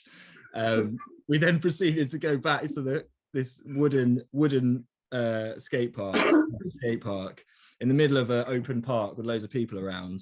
And we started taking it in turns using the blowtorch on this mini ramp to try and dry it out. And basically, when it was my turn, 2 coppers turned up as I was lighting up a 12-year-old kid or 13-year-old kid lighting up a blowtorch while Sloggs is instructing me, like 30-year-old man, instructing me how to burn this wooden ramp from afar. And it was just one of the funniest situations ever. But yeah, stuff like that. And I remember going back to the train station, and I remember this so well. Do you remember Deal or No Deal? Yeah. And some girl asked you for a cigarette, and she couldn't roll one, and you rolled her a cigarette. And as she was walking away, I just remember she's been like, Deal.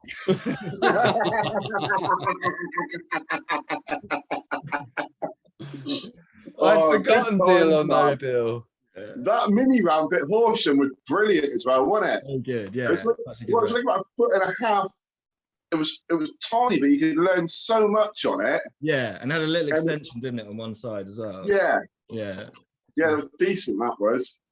Yeah, I need to get back there. Right, border cross or freestyle?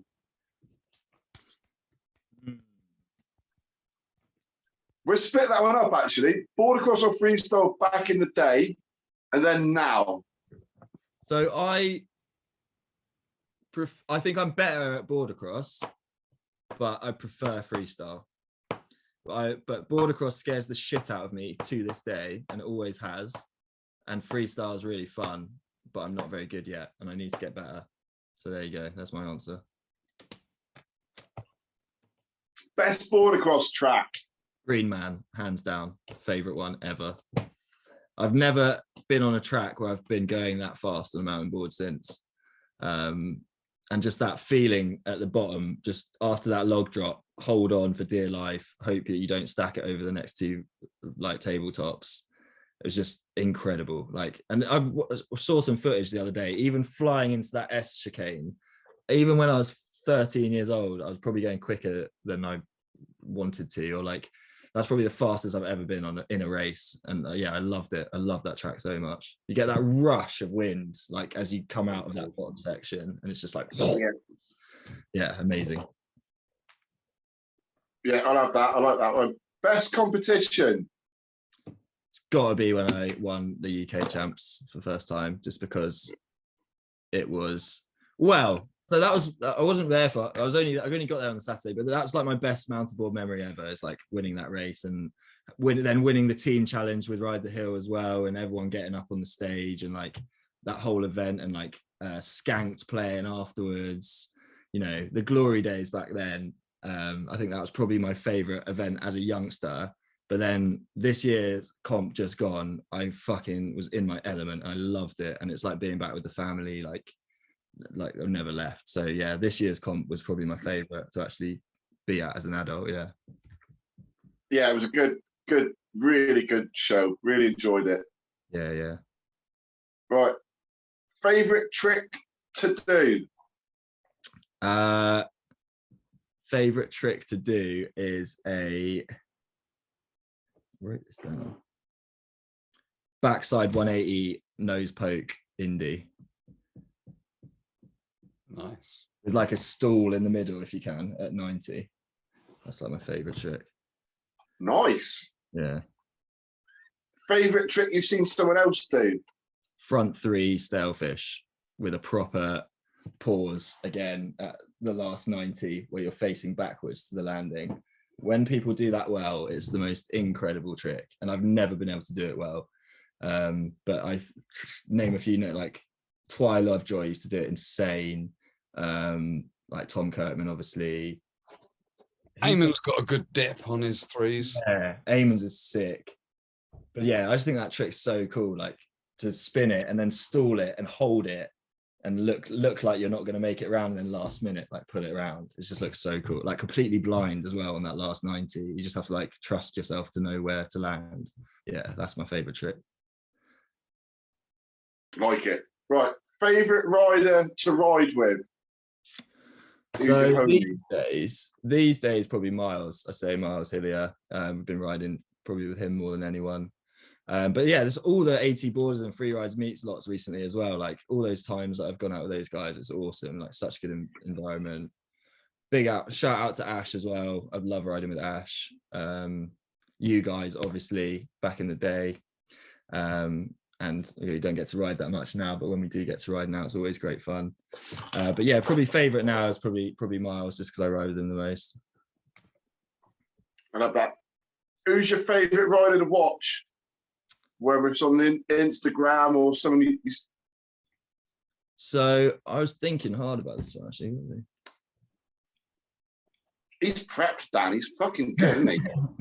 There's different riders. He's got all your 10 written down, ready. I've watched all of your episodes. I know them in the back of my hand, mate. If he only chucked in a few different ones every week, it might throw people off.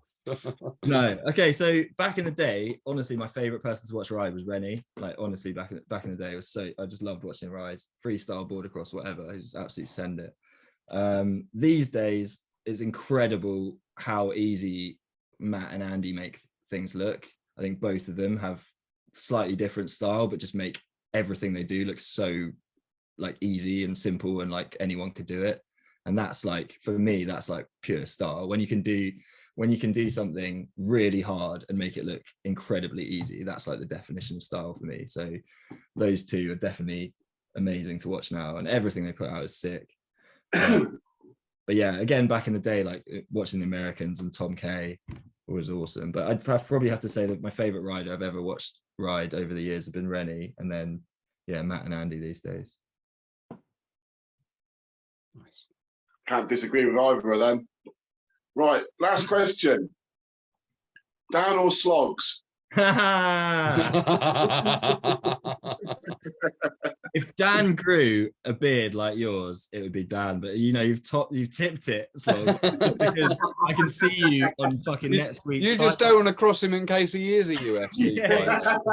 I mean, a rear naked choke.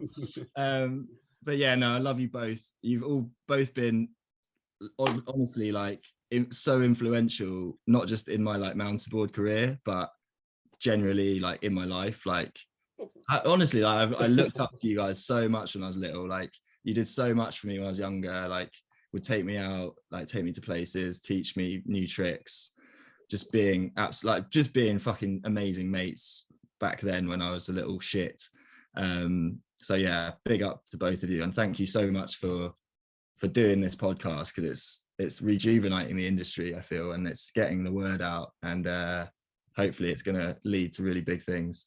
Well, I hope it does. I hope that I think we need to, if we're analysing what we should be doing, I think what we do at the moment is great, but I think it's time now. We've done enough episodes now to start trying to bring a few different episodes into it, rather than just the rider profiles. Yeah, definitely.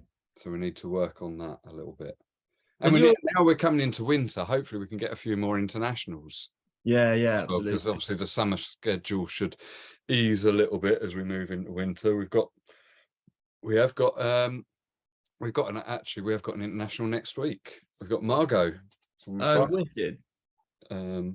In our second it'll be her second appearance actually on the dirt. Yeah, well, yeah. There's not many people that have been on twice. No, she's smashing it at the club. I've seen she was at Bugs this weekend, I think, as well. Last weekend, doing some sick stuff. Wicked. And then who else we got lined up? Devin Garland, hopefully in the next couple of months. Shout out, actually. That was one person I had in mind for someone I like watching ride at the moment. I think he again has just like the sickest style and just like clears everything perfectly. Like him and AJ are quite similar in that respect, that like when you see them in the bike park, they're just just like, how did you clear that? How did you land so perfectly and get enough speed for the next one? I'm really looking forward to that one. But again, it's just finding the time in the schedules for these. That's the unfortunate part. That's it. And yeah, we've got to schedule in another Australian one. I'm not going to tell you who that one is, though. Oh, I bet I can guess. I won't. I'm sure you probably can, but where's the point in that? Huh? Also, look at this. Oh, look at that. Classic ISBN. I couldn't find my bandana. I was looking for my bandana. I know I've got it somewhere still. Nice. But yeah, I've got a couple of a t-shirt or two maybe somewhere, and a few of them stickers stuck on stuff.